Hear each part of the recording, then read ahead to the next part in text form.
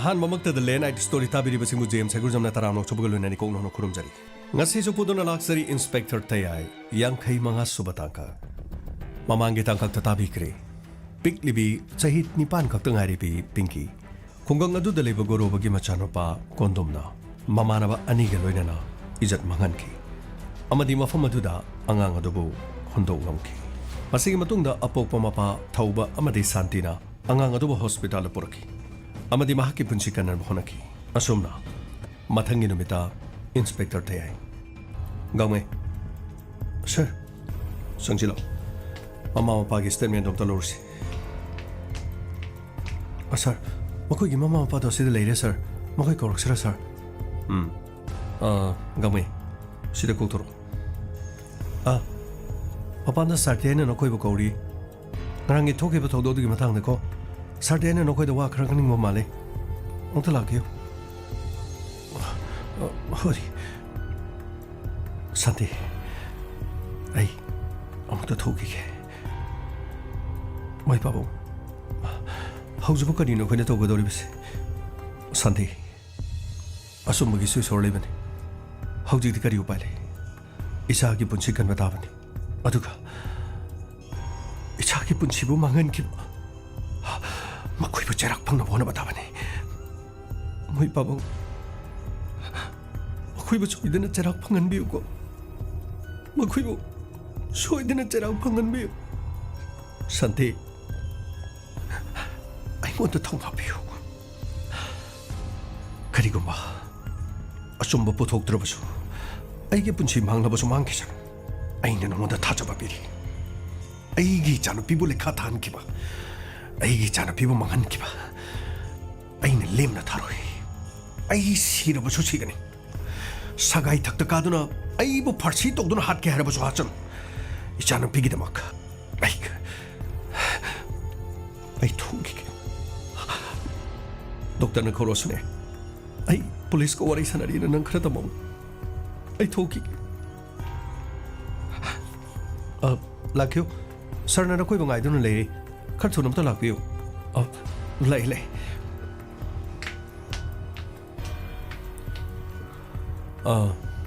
ꯋꯥꯔꯧꯕꯤꯕ ꯌꯥꯗꯦ ꯍꯣꯁꯄꯤꯇꯥꯜꯒꯤ ꯃꯅꯨꯡ ꯑꯣꯏꯕꯗꯨꯅ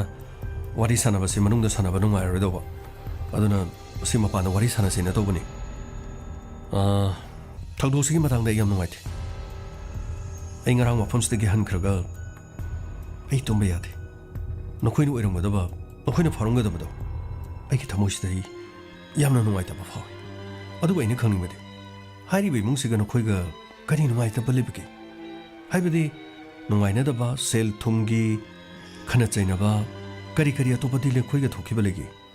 ꯏꯟꯁꯄꯦꯛꯇꯔ ꯑꯗꯨꯒꯨꯝꯕ ꯀꯔꯤꯒꯨꯝꯕ ꯑꯃꯠꯇ ꯊꯣꯛꯄ ꯂꯩꯇꯦ ꯇꯁꯦꯡꯅꯃꯛ ꯑꯩꯗꯤ ꯃꯈꯣꯏ ꯏꯃꯨꯡꯒꯤ ꯊꯕꯛ ꯏꯟꯈꯥꯡ ꯁꯨꯖꯔꯒ ꯑꯩꯗꯤ ꯍꯤꯡꯖꯕ ꯃꯤ ꯑꯃꯈꯛꯅꯤ ꯍꯥꯏꯕꯗꯤ ꯃꯈꯣꯏ ꯏꯃꯨꯡꯒꯤ ꯂꯧ ꯃꯈꯣꯏꯒꯤ ꯆꯦꯛꯀꯣꯟꯒꯤ ꯊꯕꯛ ꯑꯗꯨꯒ ꯏꯃꯨꯡ ꯃꯅꯨꯡꯒꯤ ꯑꯀꯨꯞ ꯑꯇꯥ ꯑꯩꯅ ꯂꯣꯏꯅꯃꯛ ꯁꯨꯖꯕꯅꯤ ꯃꯗꯨꯗꯒꯤ ꯃꯈꯣꯏꯅ ꯄꯤꯔꯛꯄ ꯁꯦꯜ ꯊꯨꯝ ꯈꯔꯗꯨꯅ ꯄꯤꯛꯂꯤꯕ ꯏꯆꯥꯅꯨꯄꯤꯒ ꯑꯩꯒꯤ ꯂꯣꯏꯅꯕꯤꯒ ꯑꯩꯒꯒꯤ ꯄꯨꯛꯆꯥꯛ ꯑꯣꯏꯔꯤꯕꯅꯤ ꯑꯗꯨꯗꯤ ꯏꯃꯨꯡ ꯑꯁꯤꯒ ꯅꯈꯣꯏꯒ ꯃꯔꯤꯗꯤ ꯀꯔꯤ ꯊꯣꯛꯅꯕꯅꯣ ꯁꯔ ꯀꯔꯤꯒꯨꯝꯕ ꯑꯃꯗ ꯊꯣꯛꯅꯗꯦ ꯂꯩꯀꯥꯏ ꯑꯁꯤꯗ ꯂꯩꯕ ꯁꯦꯟꯖꯥꯎ ꯄꯥꯏꯕꯅꯤꯗꯅ ꯑꯋꯥ ꯑꯅꯥ ꯇꯥꯔꯕꯗꯤ ꯑꯩꯈꯣꯏꯅ ꯈꯔ ꯂꯥꯏꯔꯕꯅꯤꯅ ꯃꯈꯣꯏꯒꯤ ꯏꯃꯨꯡꯗ ꯊꯕꯛ ꯁꯨꯒꯦ ꯃꯗꯨꯗꯒꯤ ꯐꯪꯂꯛꯄ ꯄꯩꯁꯥꯗꯨꯅ ꯍꯤꯡꯖꯅꯕ ꯍꯣꯠꯅꯖꯒꯦ ꯍꯥꯏꯕꯁꯤꯅꯤ ꯑꯗꯨꯕꯨ ꯌꯥꯝꯅ ꯐꯔꯦ ꯑꯩꯅ ꯈꯪꯅꯤꯡꯉꯤꯁꯤꯅ ꯃꯈꯣꯏꯒ ꯅꯈꯣꯏꯒ ꯅꯨꯡꯉꯥꯏꯅꯗꯕ ꯂꯩꯕꯗꯒꯤ ꯂꯃꯟ ꯈꯨꯝꯕ ꯅꯠꯇ꯭ꯔꯒ ꯃꯈꯣꯏꯅ ꯈꯨꯗꯣꯡꯆꯥꯕ ꯂꯧꯅꯕ ꯍꯣꯠꯅꯕ꯭ꯔꯥ ꯍꯥꯏꯕꯁꯦ ꯃꯁꯤꯒꯤ ꯈꯪꯅꯤꯡꯗꯨꯅ ꯇꯧꯕꯅꯤ ꯁꯔ ꯑꯗꯨꯒꯨꯝꯕꯗꯤ ꯑꯃꯠꯇ ꯂꯩꯇꯦ ꯑꯗꯨꯕꯨ ꯁꯔ ꯒꯧꯔꯣꯕ ꯍꯥꯏꯔꯤꯕ ꯃꯤꯁꯦ ꯃꯇꯝ ꯄꯨꯝꯅꯃꯛꯇ ꯑꯩꯒꯤ ꯅꯨꯄꯤꯗ ꯃꯍꯥꯛ ꯃꯤꯇꯥꯗꯨꯅ ꯂꯩꯕ ꯃꯤ ꯑꯃꯈꯛꯅꯤ ꯋꯥꯠ ꯍꯥꯏꯕꯗꯤ ꯃꯥꯅꯦ ꯁꯔ ꯑꯩꯒꯤ ꯅꯨꯄꯤ ꯁꯥꯟꯇꯤ ꯃꯍꯥꯛꯅ ꯃꯇꯝ ꯄꯨꯝꯅꯃꯛꯇ ꯃꯤꯇꯥꯗꯨꯅ ꯂꯩ ꯃꯁꯤꯁꯨ ꯃꯍꯥꯛꯀꯤ ꯃꯑꯣꯡ ꯃꯇꯧ ꯑꯗꯨꯒ ꯑꯩꯒꯤ ꯅꯨꯄꯤ ꯁꯥꯟꯇꯤꯅ ꯑꯩꯉꯣꯟꯗ ꯀꯌꯥꯔꯛ ꯍꯥꯏꯈ꯭ꯔꯕꯅꯤ ꯑꯗꯨꯗꯤ ꯉꯥꯏꯈꯣ ꯒꯧꯔꯣꯕ ꯍꯥꯏꯔꯤꯕꯁꯤ ꯃꯍꯥꯛꯁꯤ ꯀꯔꯝꯕ ꯃꯤꯑꯣꯏ ꯃꯇꯧꯅꯣ ꯅꯈꯣꯏꯅ ꯈꯪꯕ ꯂꯩꯔꯗꯤ ꯃꯍꯥꯛꯀꯤ ꯃꯔꯝꯗ ꯑꯗꯨꯒ ꯃꯆꯥꯅꯨꯄꯥꯁꯤꯒꯤ ꯃꯔꯝꯗ ꯑꯈꯪꯕ ꯂꯩꯔꯒꯗꯤ ꯑꯩꯉꯣꯟꯗ ꯁꯦꯡꯅ ꯑꯝꯇ ꯍꯥꯏꯕꯤꯌꯨ ꯂꯩꯀꯥꯏ ꯑꯁꯤꯗ ꯂꯝꯗꯝ ꯑꯁꯤꯗ ꯃꯈꯣꯏꯗꯒꯤ ꯍꯦꯟꯅ ꯄꯩꯁꯥ ꯄꯥꯏꯕ ꯂꯩꯇꯦ ꯃꯈꯣꯏꯅ ꯇꯧꯒꯦ ꯍꯥꯏꯕꯗ ꯇꯧꯕ ꯉꯝꯃꯤ ꯑꯗꯨꯒ ꯃꯟꯇ꯭ꯔꯤ ꯃꯟꯗꯜ MLA ꯃꯁꯛ ꯈꯪꯕ ꯑꯣꯐꯤꯁꯔ ꯀꯌꯥ ꯃꯈꯣꯏꯒ ꯂꯣꯏꯅꯗꯨꯅ ꯑꯗꯨꯃꯛ ꯂꯩ ꯍꯟꯗꯛꯁꯨ ꯑꯩ ꯏꯀꯨꯏ ꯀꯨꯏꯗꯅ ꯃꯍꯥꯛꯀꯤ ꯆꯦꯛꯀꯣꯟꯗ ꯆꯠꯂꯤ ꯍꯩ ꯀꯩꯅꯣ ꯅꯣꯏ ꯑꯁꯤꯒꯤ ꯆꯦꯛꯀꯣꯟꯒꯤ ꯑꯁꯤꯗ ꯄꯩꯔꯤꯕ ꯁꯤꯡ ꯃꯌꯥꯝꯁꯤꯕꯨ ꯀꯣꯏꯆꯥꯏ ꯆꯥꯏꯗꯅ ꯊꯝꯃꯤꯁꯤ ꯀꯩꯒꯤꯅꯣ ꯍꯩ ꯅꯈꯣꯏ ꯀꯅꯥ ꯀꯅꯥ ꯂꯩꯒꯦꯅꯦ ꯅꯈꯣꯏꯕꯨ ꯇꯥꯟꯅꯗ꯭ꯔꯕꯣ ꯇꯥꯖꯔꯤ ꯀꯔꯤꯅꯣ ꯁꯤꯡ ꯅꯨꯡ ꯑꯁꯤꯗ ꯆꯥꯏꯊꯣꯛꯇꯨꯅ ꯊꯝꯃꯤꯕ ꯃꯌꯥꯝꯁꯤ ꯅꯈꯣꯏꯕꯨ ꯑꯁꯤꯒꯨꯝꯕꯁꯤ ꯌꯦꯡꯁꯤꯜꯂꯣ ꯍꯥꯏꯕ ꯅꯠꯇ꯭ꯔꯣ ꯅꯈꯣꯏꯕꯨ ꯑꯁꯤꯒꯨꯝꯕꯁꯤ ꯌꯦꯡꯁꯤꯜꯂꯣ ꯍꯥꯏꯕ ꯅꯠꯇ꯭ꯔꯣꯅꯦ ꯄꯩꯁꯥꯗ ꯂꯧꯅꯤ ꯈꯪꯕ ꯅꯤꯔꯝꯗꯥꯏꯗꯅ ꯄꯔꯦꯡ ꯂꯦꯞꯇꯨꯅ ꯂꯩꯕ ꯅꯊꯧꯁꯤꯡꯗꯨ ꯐꯖꯅ ꯇꯧꯅ ꯍꯩ ꯅꯈꯣꯏꯒꯤ ꯁꯦꯜ ꯊꯨꯝꯗꯨꯗꯤ ꯀꯩꯁꯨ ꯅꯠꯇꯦꯅꯦ ꯑꯩꯒꯤ ꯋꯥꯗꯤ ꯊꯕꯛ ꯐꯖꯅ ꯇꯧ ꯁꯦꯜ ꯄꯤꯒꯦ ꯍꯥꯏꯕ ꯅꯠꯇ꯭ꯔꯣ ꯌꯥꯝꯃꯣ ꯀꯩꯅꯣꯝꯇ ꯊꯧꯕ ꯀꯔꯤꯅꯣ ꯃꯇꯥꯡ ꯌꯥꯝ ꯆꯥꯗꯅ ꯂꯤꯁꯜꯂꯛꯈ꯭ꯔꯦꯗ ꯌꯥꯕꯣ ꯅꯆꯥꯅꯨꯄꯤꯗꯣ ꯁ꯭ꯀꯨꯜꯗ ꯃꯤꯡ ꯆꯟꯕꯒꯤ ꯄꯩꯁꯥꯁꯨ ꯈꯤꯇꯪ ꯗꯔꯀꯥꯔ ꯑꯣꯏꯕ ꯃꯃꯥꯁꯨ ꯈꯔ ꯂꯥꯏꯍꯧ ꯇꯣꯏꯅ ꯍꯦꯛ ꯍꯧꯕ ꯅꯨꯡ ꯂꯩꯕꯒꯤꯅꯦꯁꯨ ꯍꯥꯏ ꯑꯃꯨꯛꯇꯪ ꯗꯣꯛꯇꯔ ꯑꯃꯒ ꯇꯥꯟꯅꯔꯒ ꯌꯦꯡꯖꯒꯦ ꯇꯧꯖꯕꯅꯤ ꯌꯥꯔꯗꯤ ꯁꯦꯜ ꯈꯛꯇ ꯄꯤꯕꯤꯌꯣꯕ ꯊꯧꯕ ꯅꯪꯕꯨ ꯍꯟꯗꯛ ꯈꯛꯇ ꯅꯠꯇ꯭ꯔꯦ ꯑꯩꯅ ꯄꯩꯁꯥ ꯄꯤꯈꯤꯕꯗꯨꯕꯣ ꯍꯟꯗꯛ ꯈꯛꯇ ꯅꯠꯇ꯭ꯔꯣ ꯃꯥꯅꯦ ꯑꯃꯨꯛ ꯑꯗꯨꯒꯤ ꯄꯩꯁꯥꯗꯨꯗꯤ ꯍꯥꯟꯅ ꯃꯤꯉꯣꯟꯗꯒꯤ ꯆꯦꯡ ꯁꯣꯠꯂꯒ ꯆꯥꯕꯒꯤ ꯑꯗꯨꯒ ꯃꯃꯥꯡꯒꯤ ꯃꯤꯉꯣꯟꯗꯒꯤ ꯈꯔ ꯍꯪꯗꯣꯛ ꯍꯪꯖꯤꯟ ꯇꯧꯕꯒꯤ ꯄꯩꯁꯥ ꯄꯤꯊꯣꯛꯈꯤꯕꯗ ꯄꯩꯁꯥꯗꯨ ꯏꯔꯦꯝ ꯂꯦꯝꯗ꯭ꯔꯦ ꯑꯗꯣ ꯅꯆꯥꯅꯨꯄꯤꯁꯨ ꯆꯍꯤ ꯍꯧꯖꯤꯜꯂꯛꯄꯁꯤꯗ ꯃꯤꯡ ꯆꯟꯗꯕ ꯌꯥꯗ꯭ꯔꯕ ꯃꯤꯡ ꯆꯟꯕꯒꯤ ꯈꯖꯤꯛꯇꯪꯗꯨꯒ ꯃꯃꯥꯁꯦ ꯑꯃꯨꯛꯇꯪ ꯍꯣꯁꯄꯤꯇꯥꯜꯗ ꯄꯨꯔꯒ ꯗꯣꯛꯇꯔ ꯑꯃꯇꯪꯒ ꯇꯥꯟꯅꯖꯒꯦꯗꯅ ꯅꯪ ꯁꯣꯏꯕꯣ ꯅꯤꯔꯤ ꯃꯈꯩ ꯄꯤꯔꯦꯅ ꯅꯤꯕꯁꯤ ꯀꯥꯏꯗ꯭ꯔꯦꯅꯦ ꯐꯔꯦ ꯑꯀꯨꯞ ꯑꯇꯥ ꯄꯨꯝꯅꯃꯛꯇꯤ ꯅꯪꯅ ꯍꯣꯠꯅꯔꯤꯕꯅꯤꯅ ꯅꯪꯅ ꯍꯥꯏꯔꯛꯄꯁꯤ ꯄꯤꯗꯕ ꯉꯝꯗꯦꯅꯦ ꯍꯩ ꯐꯔꯦ ꯁꯨꯃꯥꯏꯅ ꯇꯧꯔꯣ ꯅꯨꯃꯤꯗꯥꯡ ꯋꯥꯏꯔꯝꯗꯨ ꯕꯣꯏꯂꯔ ꯑꯃ ꯃꯍꯤ ꯀꯪꯅ ꯉꯧꯍꯜꯂꯝꯃꯨ ꯀꯣ ꯑꯗꯨꯒ ꯑꯩ ꯅꯨꯃꯤꯗꯥꯡ ꯋꯥꯏꯔꯝ ꯂꯥꯛꯀꯦ ꯑꯗꯨꯒ ꯅꯪꯒꯤ ꯄꯩꯁꯥꯗꯨꯁꯨ ꯄꯤꯒꯦ ꯌꯥꯔꯦꯗꯅ ꯌꯥꯝꯕꯨ ꯑꯩꯗꯤ ꯀꯣꯏꯂꯔ ꯂꯩꯅꯕꯒꯤ ꯄꯩꯁꯥꯗꯤ ꯂꯩꯖꯗꯕ ꯅꯪꯅ ꯂꯩꯕ ꯀꯣꯏꯂꯔ ꯆꯥꯒꯦ ꯍꯥꯏꯕ ꯅꯠꯇꯦꯅꯦ ꯀꯣꯏꯂꯔꯒꯤ ꯄꯩꯁꯥꯗꯨꯗꯤ ꯑꯩꯅ ꯑꯗꯨꯝ ꯄꯤꯔꯛꯀꯅꯤꯅꯦ ꯁꯦ 2,200 2,200ꯁꯤ ꯄꯥꯏꯔꯒ ꯀꯣꯏꯂꯔ ꯑꯔꯤꯕ KG 4-5 ꯇꯥꯕꯗꯣ ꯅꯞ ꯂꯥꯎꯅ ꯉꯧꯔꯝ ꯐꯅꯤ ꯌꯥꯝꯕꯨ ꯑꯩ ꯁꯣꯏꯗꯅ ꯉꯧꯖꯔꯝꯃꯒꯦ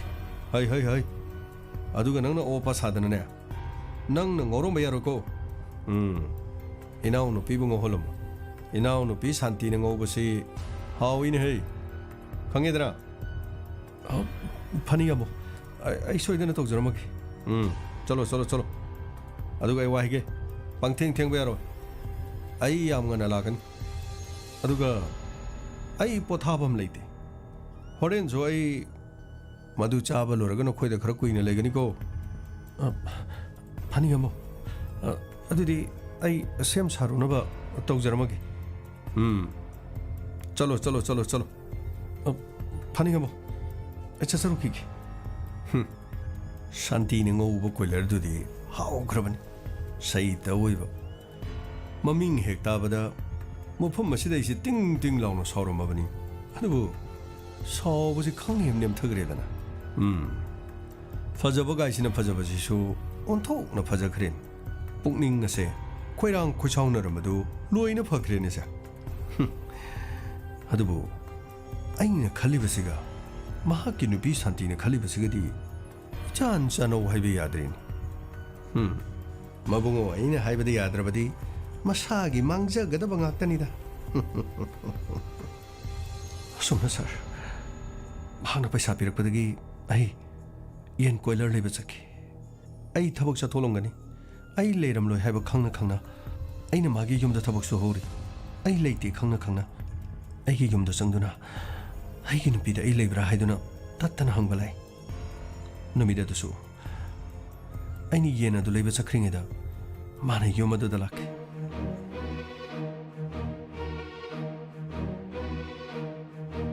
ꯍꯣꯏ ꯑꯩꯈꯣꯏ ꯀꯅꯥ ꯂꯩꯒꯦ ꯑꯩꯈꯣꯏ ꯀꯅꯥ ꯂꯩꯒꯦꯅꯦ ꯏꯇꯩ ꯑꯩꯈꯣꯏ ꯂꯩꯖꯩ ꯁꯥꯟꯇꯤ ꯅꯪꯒꯤ ꯏꯇꯩꯒꯤ ꯈꯨꯀꯧꯁꯤꯗꯤ ꯑꯩꯕꯨ ꯄꯨꯛꯅꯤꯡ ꯑꯁꯤ ꯀꯌꯥ ꯅꯨꯡꯉꯥꯏꯇꯦꯗ ꯏꯇꯩ ꯅꯅꯥꯎꯅ ꯀꯔꯤ ꯁꯣꯏꯈ꯭ꯔꯕꯒꯦ ꯑꯦ ꯀꯔꯤꯝꯇ ꯁꯣꯏꯗꯦꯗ ꯅꯪꯒ ꯑꯩꯒ ꯁꯥꯒꯩ ꯃꯥꯟꯅꯕꯁꯨ ꯅꯠꯇꯦ ꯅꯪꯒꯤ ꯅꯨꯄꯥꯒ ꯑꯩꯒ ꯁꯥꯒꯩ ꯄꯨꯟꯕꯁꯨ ꯅꯠꯇꯦ ꯑꯗꯨꯕꯨ ꯅꯪꯅ ꯍꯦꯛꯇꯃꯛ ꯑꯩꯕꯨ ꯏꯇꯩ ꯀꯧꯕꯁꯤꯗꯤ ꯁꯣꯛꯅ ꯄꯟꯅꯕ ꯌꯥꯗꯕ ꯏꯇꯩ ꯑꯩꯈꯣꯏ ꯃꯩꯇꯩꯒꯤ ꯆꯠꯅꯕꯤꯗꯗꯤ ꯃꯅꯥꯎ ꯑꯃꯅ ꯃꯊꯛ ꯇꯣꯡꯕꯕꯨ ꯏꯌꯥꯝꯕ ꯍꯥꯏꯗꯨꯅ ꯕꯦꯕꯥꯔ ꯇꯧꯔꯕꯗꯤ ꯃꯗꯣ ꯃꯅꯥꯎ ꯑꯗꯨꯒꯤ ꯂꯣꯏꯅꯕꯤ ꯑꯣꯏꯖꯔꯤꯕꯤ ꯑꯩꯒꯤꯗꯤ ꯏꯇꯩ ꯊꯣꯛꯇꯕ꯭ꯔꯅꯦ ꯏꯇꯩ ꯍꯥꯏꯕꯁꯤꯗꯤ ꯏꯄꯥꯒꯨꯝꯕꯅꯤ ꯁꯣꯛꯅ ꯁꯝꯅꯕ ꯌꯥꯕ ꯅꯠꯇꯦ ꯌꯥꯔꯦ ꯌꯥꯔꯦ ꯏꯕꯦꯝꯃ ꯌꯥꯔꯦ ꯅꯪꯁꯨ ꯍꯩꯃꯟ ꯁꯤꯡꯃꯟꯕ ꯍꯥꯏꯕꯁꯤꯁꯨ ꯀꯥ ꯍꯦꯟꯅ ꯐꯠꯇꯕꯅꯤꯗ ꯁꯥꯟꯇꯤ ꯃꯤꯑꯣꯏꯕ ꯑꯩꯈꯣꯏꯁꯤ ꯍꯤꯡꯒꯦ ꯌꯥꯎꯅ ꯍꯤꯡꯂꯕꯗ ꯆꯍꯤ 60-60 ꯃꯉꯥꯏꯅ ꯍꯤꯡꯂꯤꯉꯩꯒꯤ ꯃꯇꯝꯗ ꯂꯥꯡꯕ ꯌꯥꯕ ꯃꯇꯝ ꯍꯥꯏꯕ ꯂꯩ ꯉꯥꯎꯕ ꯌꯥꯕ ꯃꯇꯝ ꯍꯥꯏꯕ ꯂꯩ ꯏꯃꯥꯒꯤ ꯇꯝꯄꯥꯛꯇ ꯍꯪꯉꯥ ꯁꯥꯟꯅꯔꯤꯉꯩꯗ ꯉꯥꯎꯔꯨꯕ ꯌꯥꯕ ꯅꯠꯇꯦꯗꯅ ꯅꯈꯣꯏꯒꯤ ꯏꯃꯨꯡꯒꯤꯁꯨ ꯅꯪꯒꯤꯁꯨ ꯑꯃꯠꯇ ꯑꯋꯥꯠꯄ ꯂꯩꯍꯜꯂꯣ ꯑꯩꯅ ꯍꯥꯏꯕ ꯌꯥꯎꯅꯤ ꯍꯧꯖꯤꯛꯀꯤ ꯃꯇꯝꯗꯕꯨ ꯅꯪꯒꯤ ꯃꯤꯡꯆꯠ ꯊꯤꯅꯕ ꯑꯩꯅ ꯀꯔꯤꯁꯨ ꯇꯧꯒꯗꯕ ꯂꯩꯇꯦ ꯑꯩꯅ ꯍꯥꯏꯕ ꯌꯥꯔꯗꯤꯅꯦ ꯅꯈꯨꯠꯇ ꯁꯦꯜ ꯖꯣꯝ ꯄꯥꯏꯒꯗꯧꯔꯤꯕꯅꯤ ꯑꯗꯨꯒ ꯅꯪꯒꯤ ꯅꯨꯄꯥ ꯑꯁꯤꯅ ꯅꯣꯡꯃꯒꯤ ꯂꯨꯄꯥ 100-200ꯒꯤ ꯑꯩꯒꯤ ꯌꯨꯝꯗ ꯂꯥꯛꯇꯅ ꯑꯃꯥꯡ ꯑꯁꯣꯏ ꯁꯦꯡꯕ ꯃꯅꯤꯡ ꯃꯌꯥ ꯁꯦꯡꯗꯨꯅ ꯂꯩꯔꯤꯕꯁꯤꯕꯨ ꯅꯪꯕꯨ ꯅꯨꯄꯤ ꯑꯃ ꯑꯣꯏꯅ ꯌꯦꯡꯕ ꯅꯨꯡꯉꯥꯏꯔꯤꯕ꯭ꯔꯥꯅꯦ ꯅꯪꯕꯨ ꯌꯦꯡꯕ ꯅꯨꯡꯉꯥꯏꯔꯤꯕ꯭ꯔꯣ ꯐꯔꯁꯨ ꯐꯠꯇ꯭ꯔꯁꯨ ꯅꯪꯒꯤ ꯅꯄꯨꯔꯣꯏꯕꯅꯤ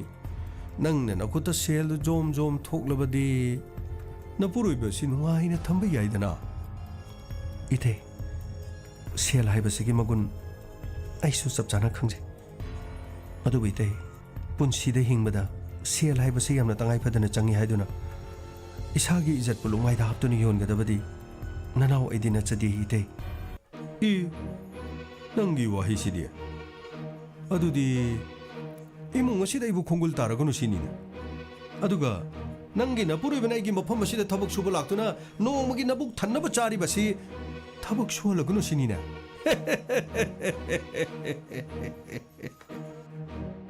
नुपीगी थमोय अलूगी मथेन इचंद चन्नबा इहोंग होंग याबा एरा शांति हाइजरे हाइबगी मथि पंचाउजु चौथोकुनुदा नुपी अमगी मफमदा लेबा नुंसीबबु कनागुम्बना खोइदाजुदुना निरक्पा मतमदा अदुक थीनि इकाइबा पिगदबा नतेदा लमदम मसिदा गुरुबना खुका पिकापा मतमदा लेसाबी कया मौ कया अईगी यका येंदुना लई हाइबसी शांतिनसु खंगबदि फैदा अईना हारिबसी शांतिना लाना हेक लौबदि लाले अई नुपी खुदिमकपु उरगा जगत जगत तौबा मिदि नथि खरा मियामदगी हेंदोक पाथोना फजबा अदुगुमबदा हेक ngawjabagi wani kanadeda शांति अईंगोंदा पैदुना लैरिबा लनथुम मयामसिबु अईना सीबदा लोइना पुबा यागद्रने पुबा यारो अदुरबदि अईंगोंदा लैरिबा लनथुमसिंग असि नंगिदसु नमा खरा पालमदा करिसु अरुबा फिबम नथि हारिबा नंगी थमोइना दो यामना इबु हंथना अईबुसु यामना ओक्तबा मगुम उबदि मदुदि उहनिंगदे शांति इतेना लाना खनबिरबा माले तोलबा तारबा सिंग मबुक थंद्रे हादुना मखोइगी इज्जत लुमाइदा हापतुनि योनगने हाइबदि इते मदुदि हमना लानगने नंगी वातासिदि इते लाना खनबिगनो पुक लामी हाइदुना इज्जत योलगा चाबबु कनाना पामंगदगी अदुगा इते ताइबंग कैथेल असिदा नुपी ओइबे कयाना मसागी इज्जत पुलुमाइदा हापतुनि योले हाइदुना मखोइगी पुंसिबो इखोइना लेखाताना खनबा याबसु नथि मखोइगी खुदोंग चादबा मदु नतबा मखोइगी उपाय अमा लेतबदगी खोंथांग अदुदा थांखिबो रमसु अदुबु इते हिंगननबगिदमा चाक चखोम अमगिदमा इसागी इज्जत पुलुमाइदा हापतुनि योनगदबिदि शांति आइदि नति इते ꯌꯥꯔꯦ ꯌꯥꯔꯦ ꯌꯥꯔꯦ 이따이 ꯅꯪꯒꯤ 이따이ꯁꯤ 나콩 칭자 야이래 이따이 ꯅꯪꯕꯨ 우르부도 ꯊꯃꯣꯏꯁꯤꯅ 따닉 ꯀꯌꯥꯗ ꯅꯪꯕꯨ ꯅꯨꯡꯁꯤꯖꯕ ꯅꯪꯒꯤ 이따이 ꯃꯁꯤꯡ ꯌꯥꯝꯅ ꯍꯥꯏꯖꯜꯂꯛꯄꯗꯒꯤ ꯑꯩ ꯅꯪꯕꯨ ꯎꯕꯗ ꯍꯨ ꯑꯣꯜꯂꯛꯀꯗꯣꯔꯦꯀꯣ ꯅꯪꯕꯨ ꯎꯕꯗ ꯑꯩ ꯍꯨ ꯑꯣꯜꯂꯛꯀꯗꯣꯔꯦꯅꯦ ꯑꯦ ꯁꯥꯟꯇꯤ ꯒꯣꯔꯣꯕꯅ ꯅꯨꯡꯁꯤ ꯄꯥꯝꯃꯤ ꯍꯥꯏꯔꯛꯅꯕ ꯅꯨꯄꯤ ꯀꯌꯥꯅ ꯂꯝꯗꯝ ꯑꯁꯤꯗ ꯑꯩꯒꯤ ꯌꯥꯀꯥ ꯉꯥꯏꯗꯨꯅ ꯂꯩꯔꯤ ꯑꯗꯨꯒ ꯅꯪꯅꯁꯨ ꯆꯟꯅꯐꯝ ꯈꯪꯗ꯭ꯔꯕꯤ ꯂꯨꯈꯥꯛ ꯀꯣꯝꯗ ꯁꯥꯠꯄꯤ ꯅꯪꯅꯁꯨ ꯑꯩꯉꯣꯟꯗ ꯄꯥꯎꯇꯥꯛ ꯄꯤꯕ ꯁꯥꯏꯅꯤ ꯑꯩꯗꯤ ꯅꯪꯒꯤ ꯅꯐꯝꯗ ꯅꯨꯡꯁꯤ ꯕꯤꯈ꯭ꯌꯥ ꯅꯤꯖꯈꯤꯕꯅꯤ ꯅꯪꯒꯤ ꯅꯐꯝꯗꯒꯤ ꯑꯩꯅ ꯃꯨꯟꯗꯨꯅ ꯄꯨꯒꯦ ꯍꯥꯏꯕꯗꯤ ꯂꯩꯇꯦ ꯒꯣꯔꯣꯕꯕꯨ ꯁꯤꯡꯅꯔꯛꯂꯕꯗꯤ ꯒꯣꯔꯣꯕꯅ ꯄꯥꯡꯊꯣꯛꯀꯦ ꯈꯟꯕ ꯊꯕꯛ ꯑꯃꯇ ꯉꯁꯤ ꯐꯥꯎꯕ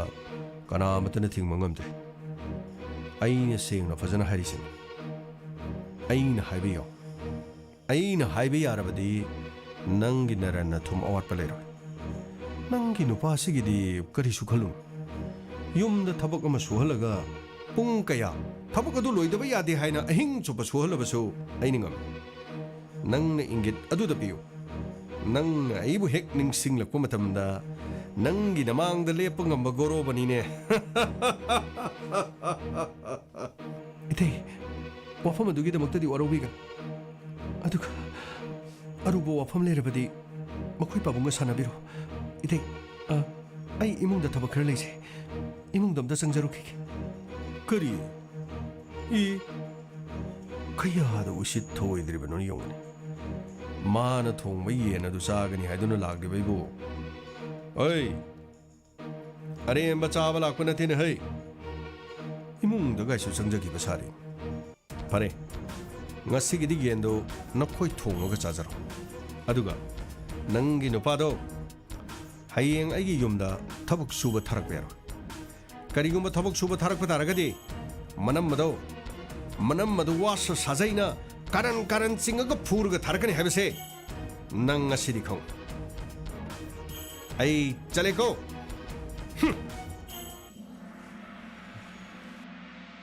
ꯑꯁꯨꯝꯅ ꯁꯥꯔ ꯑꯩꯅ ꯏꯟꯁꯥꯡ ꯂꯧꯕ ꯆꯠꯈ꯭ꯔꯤꯉꯩꯗ ꯌꯨꯝꯗ ꯆꯪꯂꯛꯇꯨꯅ ꯁꯥꯟꯇꯤꯗ ꯃꯍꯥꯛꯅ ꯃꯍꯥꯛꯀꯤ ꯑꯅꯤꯡꯕ ꯑꯄꯥꯝꯕ ꯐꯣꯡꯗꯣꯛꯈꯤ ꯑꯩꯅ ꯍꯜꯂꯛꯂꯕ ꯃꯇꯝꯗ ꯁꯥꯟꯇꯤꯅ ꯋꯥꯐꯝꯁꯤꯡꯗꯨ ꯑꯩꯉꯣꯟꯗ ꯂꯣꯏꯅ ꯊꯝꯃꯤ ꯁꯥꯔ ꯑꯗꯨꯕꯨ ꯁꯥꯔ ꯃꯁꯤꯒꯤ ꯃꯇꯨꯡꯗꯒꯤ ꯑꯌꯨꯛ ꯑꯉꯟꯕꯗ ꯃꯥꯒꯤ ꯃꯌꯨꯝꯗ ꯆꯠꯈꯤ ꯌꯥꯝꯕꯣ ꯍꯣꯏ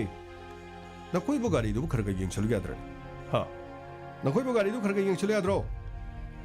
ꯒꯥꯔꯤ ꯑꯗꯨ ꯏꯁꯣꯔꯅ ꯃꯊꯛꯇꯒꯤ ꯊꯥꯗꯔꯛꯄ ꯅꯠꯇꯦꯅꯦ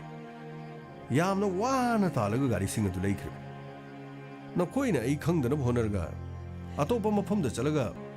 ꯑꯩ ꯈꯪꯍꯟꯗꯅ ꯒꯥꯔꯤꯗꯨ ꯁꯤꯖꯤꯟꯅꯔꯤꯕꯅꯣ ꯑꯩ ꯈꯪꯍꯟꯗꯅ ꯀꯔꯤꯒꯤ ꯒꯥꯔꯤ ꯁꯤꯖꯤꯟꯅꯔꯤꯕꯅꯣ ꯌꯥꯝꯕꯨ ꯃꯈꯣꯏꯅ ꯌꯥꯝꯅ ꯀꯟꯅ ꯍꯥꯏꯕꯗꯒꯤ ꯄꯨꯡꯁꯨ ꯈꯤꯇꯪ ꯂꯦꯝꯃꯦꯅ ꯈꯤꯇꯪ ꯊꯕꯛ ꯁꯨꯖꯔꯨꯕꯅꯤ ꯎꯁꯤꯠ ꯊꯑꯣꯏꯗꯕ ꯍꯨꯔꯥꯟꯕ ꯃꯤꯉꯣꯟꯗ ꯅꯤꯔꯒ ꯆꯥꯕꯗꯒꯤ ꯍꯦꯟꯃꯟꯗꯅ ꯅꯕꯨꯛ ꯅꯊꯤꯕꯣꯡꯁꯤꯡ ꯑꯗꯨ ꯆꯥꯅꯕ ꯅꯕꯨꯛ ꯊꯟꯅꯅꯕꯒꯤꯗꯃꯛ ꯑꯩꯉꯣꯟꯗ ꯊꯕꯛ ꯁꯨꯗꯨꯅ ꯅꯈꯣꯏ ꯍꯤꯡꯂꯤꯕ ꯅꯠꯇ꯭ꯔꯣ ꯑꯩ ꯈꯪꯗ꯭ꯔꯤꯉꯩꯗ ꯒꯥꯔꯤ ꯑꯗꯨ ꯄꯨꯔꯒ ꯑꯇꯣꯞꯄ ꯃꯐꯝꯗ ꯇꯨꯃꯤꯟꯅ ꯀꯔꯤꯒꯤꯗꯃꯛꯇ ꯑꯗꯨꯝꯅ ꯇꯧꯔꯤꯕꯅꯣ ꯇꯨꯃꯤꯟꯅ ꯑꯗꯨꯝꯅ ꯍꯨꯔꯥꯜ ꯂꯤꯡꯆꯠ ꯆꯠꯄ ꯑꯩ ꯅꯈꯣꯏ ꯀꯅꯥ ꯂꯩ ꯌꯥꯝꯕꯣ ꯑꯩꯈꯣꯏ ꯂꯩꯖꯩ JCB ꯊꯧꯕ ꯑꯉꯥꯡ ꯑꯗꯨꯗꯤ ꯂꯥꯛꯕ꯭ꯔꯥ ꯌꯥꯝꯕꯣ ꯃꯍꯥꯛꯁꯨ ꯂꯝꯕꯤꯗ ꯂꯥꯛꯏ ꯃꯗꯨ ꯐꯨꯅꯅꯕꯒꯤꯗꯃꯛ ꯑꯆꯧꯕ ꯁꯤꯡꯒꯥꯏꯕ ꯑꯃ ꯄꯣꯔꯛ ꯑꯩ ꯈꯪꯍꯟꯗꯅ JCBꯗꯨ ꯄꯨꯔꯒ ꯑꯇꯣꯞꯄ ꯃꯐꯝꯗ ꯊꯕꯛ ꯁꯨꯕ ꯆꯠꯄ ꯃꯥꯒꯤꯗꯃꯛꯇ ꯑꯩꯅ ꯇꯣꯂꯣꯞ ꯄꯤꯔꯤꯕ ꯄꯩꯁꯥ ꯄꯤꯔꯤꯕꯁꯨ ꯃꯥꯅ ꯀꯔꯤꯁꯨ ꯈꯟꯗꯦꯅꯦ ꯑꯗꯨꯒ ꯑꯩ ꯈꯪꯗꯅ ꯑꯃꯨꯛ ꯍꯨꯔꯥꯟꯂꯅꯥꯗ ꯄꯩꯁꯥ ꯇꯥꯜꯂꯤꯕꯅꯤ ꯑꯩ ꯗ꯭ꯔꯥꯏꯚꯔ ꯑꯩ ꯈꯪꯍꯟꯗꯅ ꯍꯌꯦꯡ ꯃꯈꯩ ꯂꯣꯠ ꯑꯃ ꯍꯣꯟꯈꯤꯗ꯭ꯔꯣ ꯂꯣꯠ ꯑꯃ ꯍꯣꯟꯈꯤꯗ꯭ꯔꯣ ꯌꯥꯝꯕꯣ ꯅꯆꯤꯟꯗꯨ ꯀꯔꯤꯒꯤ ꯈꯨꯝꯗꯦ ꯅꯆꯤꯟꯗꯨ ꯀꯔꯤꯒꯤ ꯈꯨꯝꯗꯦ ꯍꯨꯔꯥꯟꯕ ꯑꯔꯣꯏꯕ ꯋꯥꯔꯅꯤꯡ ꯁꯤꯒꯤ ꯃꯇꯨꯡꯗ ꯀꯔꯤꯒꯨꯝꯕ ꯑꯩ ꯈꯪꯍꯟꯗꯅ ꯍꯨꯔꯥꯟꯂꯣꯅꯥꯗ ꯒꯥꯔꯤ ꯄꯨꯗꯨꯅ ꯊꯕꯛ ꯆꯠꯂꯕꯗꯤ ꯅꯊ꯭ꯋꯥꯏ ꯑꯗꯨ ꯃꯥꯡꯒꯅꯤ ꯎꯔꯦꯗꯅ ꯑꯩꯒꯤ ꯈꯨꯐꯨ ꯈꯪꯕ ꯅꯠꯇ꯭ꯔꯣ ꯄꯥꯡ ꯇꯤꯡꯉꯒ ꯅꯈꯣꯡ ꯅꯈꯨꯠ ꯑꯗꯨ ꯊꯣꯔꯤ ꯊꯨꯔꯒ ꯃꯊꯛꯇ ꯆꯤꯡꯈꯠꯂꯒ ꯌꯥꯜꯂꯒ ꯊꯝꯒꯗꯧꯔꯤꯕꯅꯤꯅꯦ ꯍꯣꯏ ꯌꯥꯝꯕꯣ ꯑꯩ ꯈꯪꯗꯦ ꯌꯥꯝꯕꯣ ꯑꯩ ꯃꯇꯨꯡꯗ ꯑꯃꯨꯛ ꯍꯟꯅ ꯇꯧꯖꯔꯣ ꯂꯥꯛꯈꯤꯖꯅꯨ JCBꯒꯤ ꯗ꯭ꯔꯥꯏꯚꯔꯗꯨꯁꯨ ꯂꯥꯛꯈꯤꯖꯅꯣꯕ ꯉꯁꯤꯗꯤ ꯃꯥꯁꯨ ꯈꯪꯍꯟꯒꯦꯕ ꯑꯦꯔꯥ ꯑꯩꯕꯨ ꯎꯁꯤꯠꯇꯕ ꯌꯥꯝꯕꯣ ꯑꯩ ꯂꯥꯛꯆꯔꯤ ꯌꯥꯝꯕꯣ ꯁꯣꯝꯗ ꯑꯅꯤ ꯑꯃ ꯐꯨꯕ ꯂꯣꯏꯗ ꯉꯥꯏꯔꯤ ꯅꯪꯗꯤ ꯉꯁꯥꯏꯗꯒꯤ ꯀꯌꯥꯝ ꯀꯨꯏꯔꯕ ꯁꯤ ꯂꯩꯁꯦ ꯌꯥꯝꯕꯣ ꯑꯩ ꯀꯨꯏꯖꯔꯦ ꯌꯥꯝꯕꯣ ꯑꯩꯅ ꯇꯧꯔꯤꯕꯁꯤꯡ ꯑꯁꯤ ꯑꯩꯒꯤ ꯃꯥꯌꯣꯛꯇ ꯂꯩꯕ ꯑꯩꯅ ꯌꯥꯅꯤꯡꯗꯕ ꯇꯧꯕꯒꯤ ꯉꯥꯛꯇꯅꯤ ꯃꯁꯤ ꯅꯪꯁꯨ ꯃꯨꯟꯅ ꯈꯪꯉꯝꯃꯅꯤ ꯍꯣꯏ ꯌꯥꯝꯕꯣ ꯑꯩ ꯈꯪꯖꯩ ꯉꯔꯥꯡ ꯑꯩꯅ ꯂꯩꯕ ꯌꯦꯟꯗꯣ ꯍꯥꯎꯕ꯭ꯔꯣ ꯉꯔꯥꯡ ꯑꯩꯅ ꯂꯩꯕ ꯌꯦꯟꯗꯣ ꯍꯥꯎꯕ꯭ꯔꯣ ꯌꯥꯝꯕꯣ ꯑꯩꯈꯣꯏꯗꯤ ꯑꯃꯠꯇ ꯆꯥꯖꯗ꯭ꯔꯤ ꯑꯩ ꯂꯥꯛꯄ ꯃꯇꯝꯗꯗꯤ ꯌꯥꯝꯕꯨꯡ ꯁꯥꯎꯔꯒ ꯆꯠꯈ꯭ꯔꯦꯗꯅ ꯑꯩꯗꯤ ꯌꯥꯝꯕꯨꯡꯅ ꯁꯥꯎꯈꯤꯕꯗꯨꯗ ꯀꯔꯤ ꯁꯣꯏꯕ ꯂꯩꯈ꯭ꯔꯕꯅꯣ ꯍꯥꯏꯗꯨꯅ ꯑꯩ ꯅꯅꯥꯎ ꯅꯨꯄꯤꯗꯁꯨ ꯌꯥꯝꯅ ꯍꯪꯖꯕꯅꯤ ꯅꯪꯒꯤ ꯂꯣꯏꯅꯕꯤꯅ ꯀꯔꯤ ꯇꯝꯃꯤꯕ ꯅꯪꯒꯤ ꯂꯣꯏꯅꯕꯤꯅ ꯀꯔꯤ ꯇꯝꯒꯦ ꯊꯣꯏꯗꯣꯛꯄ ꯀꯔꯤꯁꯨ ꯇꯝꯗꯦ ꯂꯥꯛꯑꯝꯃꯤ ꯑꯗꯨꯕꯨ ꯊꯦꯡꯕꯗꯒꯤ ꯁꯥꯎꯔ ꯃꯥꯜꯂꯦ ꯆꯠꯈ꯭ꯔꯦ ꯍꯥꯏꯗꯅ ꯇꯝꯃꯤ ꯅꯪꯒꯤ ꯅꯨꯄꯤꯗꯨ ꯑꯅꯝ ꯈꯔ ꯀꯜꯂꯤꯅꯦ ꯈꯔ ꯋꯥꯍꯣꯏ ꯊꯧꯕ ꯅꯪꯒꯤ ꯅꯨꯄꯤꯗꯨ ꯈꯔ ꯋꯥꯔꯛꯄ ꯐꯩ ꯑꯩꯈꯣꯏꯅ ꯍꯥꯏꯕ ꯉꯥꯡꯕꯗ ꯇꯥꯗꯕ ꯍꯥꯏꯕꯁꯤ ꯑꯩꯃꯛꯀꯤ ꯃꯥꯌꯣꯛꯇ ꯂꯩꯕꯒ ꯆꯞ ꯃꯥꯟꯅꯗ꯭ꯔꯣ ꯃꯐꯝ ꯑꯁꯤꯗ ꯅꯪ ꯊꯕꯛ ꯏꯪꯈꯥꯡ ꯁꯨꯕꯗꯒꯤ ꯁꯤꯗꯒꯤ ꯐꯪꯉꯛꯄ ꯁꯦꯜ ꯊꯨꯝ ꯑꯗꯨꯅ ꯅꯕꯨꯛ ꯊꯜꯂꯤꯕ ꯅꯠꯇ꯭ꯔꯅꯦ ꯅꯪꯕꯨ ꯅꯕꯨꯛ ꯊꯜꯂꯤꯕ ꯅꯠꯇ꯭ꯔꯣ ꯅꯪꯒꯤ ꯅꯨꯄꯤꯁꯤ ꯃꯤꯒꯤ ꯑꯋꯥꯕ ꯃꯁꯛ ꯈꯪꯗꯦ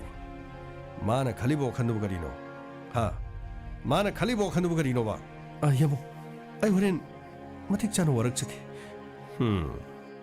ꯐꯔꯦ ꯐꯔꯦ ꯑꯩꯒꯤ ꯀꯥꯗ ꯊꯕꯛ ꯑꯃ ꯇꯧꯒꯗꯕ ꯂꯩ ꯑꯩꯅ ꯁꯤꯖꯤꯟꯅꯔꯤꯕ ꯀꯥꯒꯤ ꯎꯄꯨꯗꯣ ꯃꯗꯨꯒꯤ ꯃꯈꯣꯡ ꯅꯥꯝꯃꯗꯨ ꯈꯖꯤꯛꯇꯪ ꯀꯣꯝꯃꯦ ꯑꯃꯨꯛꯇꯪ ꯁꯦꯝꯖꯤꯟꯅꯅꯕꯒꯤꯗꯃꯛ ꯃꯅꯨꯡꯗ ꯆꯪꯉꯣ ꯐꯅꯤ ꯌꯥꯝꯕꯣ ꯑꯩ ꯆꯪꯖꯔꯛꯀꯦ ꯈꯔ ꯊꯨꯅ ꯆꯪꯉꯣ ꯑꯩ ꯊꯕꯛ ꯑꯃ ꯆꯠꯀꯗꯕ ꯂꯩꯀꯣ ꯈꯔ ꯊꯨꯅ ꯆꯪꯉꯣ ꯐꯅꯤ ꯌꯥꯝꯕꯣ ꯑꯩ ꯆꯪꯖꯔꯛꯀꯦ ꯃꯁꯤꯒꯤ ꯃꯇꯨꯡꯗ ꯃꯍꯥꯛꯀꯤ ꯀꯥ ꯃꯅꯨꯡꯗꯨꯗ ꯂꯩꯕ ꯎꯄꯨꯗꯨ ꯁꯦꯝꯃꯨ ꯍꯥꯏꯗꯨꯅ ꯑꯩꯕꯨ ꯃꯐꯝ ꯑꯗꯨꯗ ꯁꯦꯝꯍꯟꯈꯤ ꯃꯁꯤꯒꯤ ꯃꯇꯨꯡꯗꯒꯤ ꯃꯄꯥꯟꯗ ꯃꯤ ꯂꯥꯛꯑꯦ ꯍꯥꯏꯗꯨꯅ ꯃꯍꯥꯛ ꯃꯄꯥꯟꯗ ꯊꯣꯛꯈꯤ ꯑꯗꯨꯕꯨ ꯁꯥꯔ ꯉꯥꯏꯍꯥꯛ ꯂꯩꯔꯒ ꯃꯍꯥꯛ ꯆꯪꯉꯛꯈꯤ ꯇꯧꯕ ꯅꯪꯒꯤꯗꯨ ꯁꯦꯝꯕ ꯂꯣꯏꯔꯕ꯭ꯔꯣ ꯌꯥꯝꯕꯣ ꯂꯣꯏꯖꯔꯦ ꯌꯥꯝꯕꯣ ꯐꯔꯦ ꯐꯔꯦ ꯐꯔꯦ ꯑꯗꯨꯗꯤ ꯅꯪ ꯌꯨꯝꯗ ꯆꯠꯅꯕ ꯇꯧꯔꯣꯅꯦ ꯑꯗꯨꯒꯅꯦ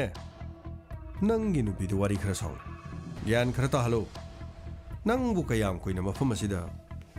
ꯑꯁꯨꯝꯅ ꯊꯕꯛꯁꯤꯡ ꯑꯁꯤ ꯇꯧꯗꯨꯅ ꯂꯩꯒꯦ ꯍꯥꯏꯕꯅꯣ ꯃꯤꯗꯧꯅ ꯒꯥꯔꯤ ꯊꯧꯕ ꯍꯩꯕ ꯆꯦꯛꯀꯣꯟ ꯑꯁꯤꯗ ꯂꯩꯔꯤꯕ ꯃꯦꯆꯤꯟꯁꯤꯡ ꯑꯁꯤ ꯅꯪ ꯄꯥꯏꯕ ꯍꯩꯕꯁꯨ ꯅꯠꯇꯦ ꯒꯥꯔꯤ ꯊꯧꯕꯁꯨ ꯍꯩꯇꯦ ꯀꯔꯤꯅꯣꯕ ꯐꯠꯇ ꯍꯥꯎꯊꯤ ꯁꯦꯡꯕ ꯑꯇꯦꯛ ꯑꯀꯥꯏ ꯁꯦꯝꯕ ꯏꯃꯨꯡ ꯑꯁꯤꯗ ꯋꯥꯏ ꯁꯤꯠ ꯁꯦꯡꯗꯨꯅ ꯂꯩꯕ ꯑꯁꯤꯒꯨꯝꯕ ꯊꯕꯛ ꯇꯧꯔꯤꯕꯁꯤꯅ ꯅꯪꯕꯨ ꯀꯌꯥꯝ ꯀꯨꯏꯅ ꯅꯪꯕꯨ ꯑꯁꯨꯝꯅ ꯁꯦꯟ ꯇꯥꯟꯗꯨꯅ ꯂꯩꯒꯗꯧꯔꯤꯒꯦ ꯆꯠꯂꯣ ꯆꯠꯂꯣ ꯅꯪꯒꯤ ꯅꯨꯄꯤꯗ ꯋꯥꯔꯤ ꯈꯔ ꯁꯥꯎ ꯐꯅꯤ ꯑꯗꯨꯗꯤ ꯑꯃꯨꯛ ꯑꯩ ꯆꯠꯆꯔꯨꯈꯤꯒꯦ ꯑꯁꯨꯝꯅ ꯁꯥꯔ ꯃꯥꯒꯤ ꯌꯨꯝ ꯑꯗꯨꯗꯒꯤ ꯍꯜꯂꯛꯈꯤ ꯅꯨꯃꯤꯠ ꯇꯥꯔꯣꯝ ꯇꯧꯕꯗ ꯑꯩ ꯌꯨꯝꯗ ꯌꯧꯈꯤ ꯃꯁꯤꯒꯤ ꯃꯇꯨꯡꯗ ꯏꯔꯨꯖ ꯃꯥꯏꯊꯖꯗꯨꯅ ꯏꯃꯨꯡ ꯑꯗꯨꯗ ꯐꯤ ꯑꯃ ꯍꯣꯡꯗꯣꯛꯂꯒ ꯆꯥꯛꯈꯨꯝꯗ ꯆꯥꯛ ꯊꯣꯡꯂꯤꯕꯗꯨ ꯂꯣꯏꯕ ꯉꯥꯏꯗꯨꯅ ꯂꯩꯈꯤ ꯃꯇꯝ ꯑꯗꯨꯗ ꯊꯣꯡꯒꯥꯟ ꯑꯗꯨꯗ ꯒꯥꯔꯤ ꯑꯃ ꯊꯧꯖꯤꯜꯂꯛꯈꯤ ꯃꯇꯝ ꯑꯗꯨꯗ ꯊꯣꯡꯒꯥꯟ ꯑꯗꯨꯗ ꯒꯥꯔꯤ ꯑꯃ ꯊꯧꯖꯤꯜꯂꯛꯈꯤ ꯁꯟꯗꯤ ꯒꯥꯔꯤ ꯃꯈꯣꯟ ꯑꯃ ꯇꯥꯗ꯭ꯔꯣ ꯍꯣꯏ ꯃꯣꯏ ꯄꯥꯕꯨꯡ ꯀꯔꯥꯏ ꯒꯥꯔꯤ ꯑꯣꯏꯔꯤꯖꯥꯠꯅꯣ ꯑꯩ ꯇꯥꯕ꯭ꯔꯥ ꯑꯩ ꯊꯧꯕ ꯊꯣꯡꯁꯦ ꯍꯥꯡꯉꯣ ꯊꯣꯡꯁꯦ ꯌꯥꯝ ꯊꯨꯅ ꯍꯥꯡꯉꯣ ꯀꯩꯅꯣ ꯌꯥꯝꯕꯨꯡꯒꯤ ꯃꯈꯣꯟꯅꯤ ꯁꯤꯗꯤ ꯍꯣꯏ ꯌꯥꯕꯣ ꯀꯔꯤ ꯂꯩꯒꯦ ꯍꯧꯖꯤꯛ ꯂꯥꯛꯄꯤꯔꯤꯁꯤꯕꯣ ꯍꯨꯔꯥꯟꯕ ꯅꯪꯅ ꯑꯩꯒꯤ ꯀꯥ ꯑꯗꯨꯗ ꯑꯩꯅ ꯎꯄꯨ ꯃꯈꯣꯡ ꯌꯥꯗꯕꯗꯨ ꯁꯦꯝꯃꯨ ꯍꯥꯏꯔꯒ ꯑꯩꯒꯤ ꯃꯣꯟ ꯃꯌꯥꯗ ꯊꯝꯕ ꯁꯅꯥꯒꯤ ꯈꯨꯗꯣꯞ ꯑꯗꯨ ꯅꯪꯅ ꯍꯨꯔꯥꯟꯗꯨꯅ ꯄꯨꯔꯤꯕꯅꯤꯅꯦ ꯅꯪꯅ ꯍꯨꯔꯥꯟꯗꯨꯅ ꯄꯨꯔꯤꯕ ꯅꯠꯇ꯭ꯔꯣ ꯁꯅꯥ ꯄꯨꯊꯣꯔꯛꯎꯅꯦ ꯑꯩꯒꯤ ꯁꯅꯥ ꯈꯨꯗꯣꯞꯇꯣ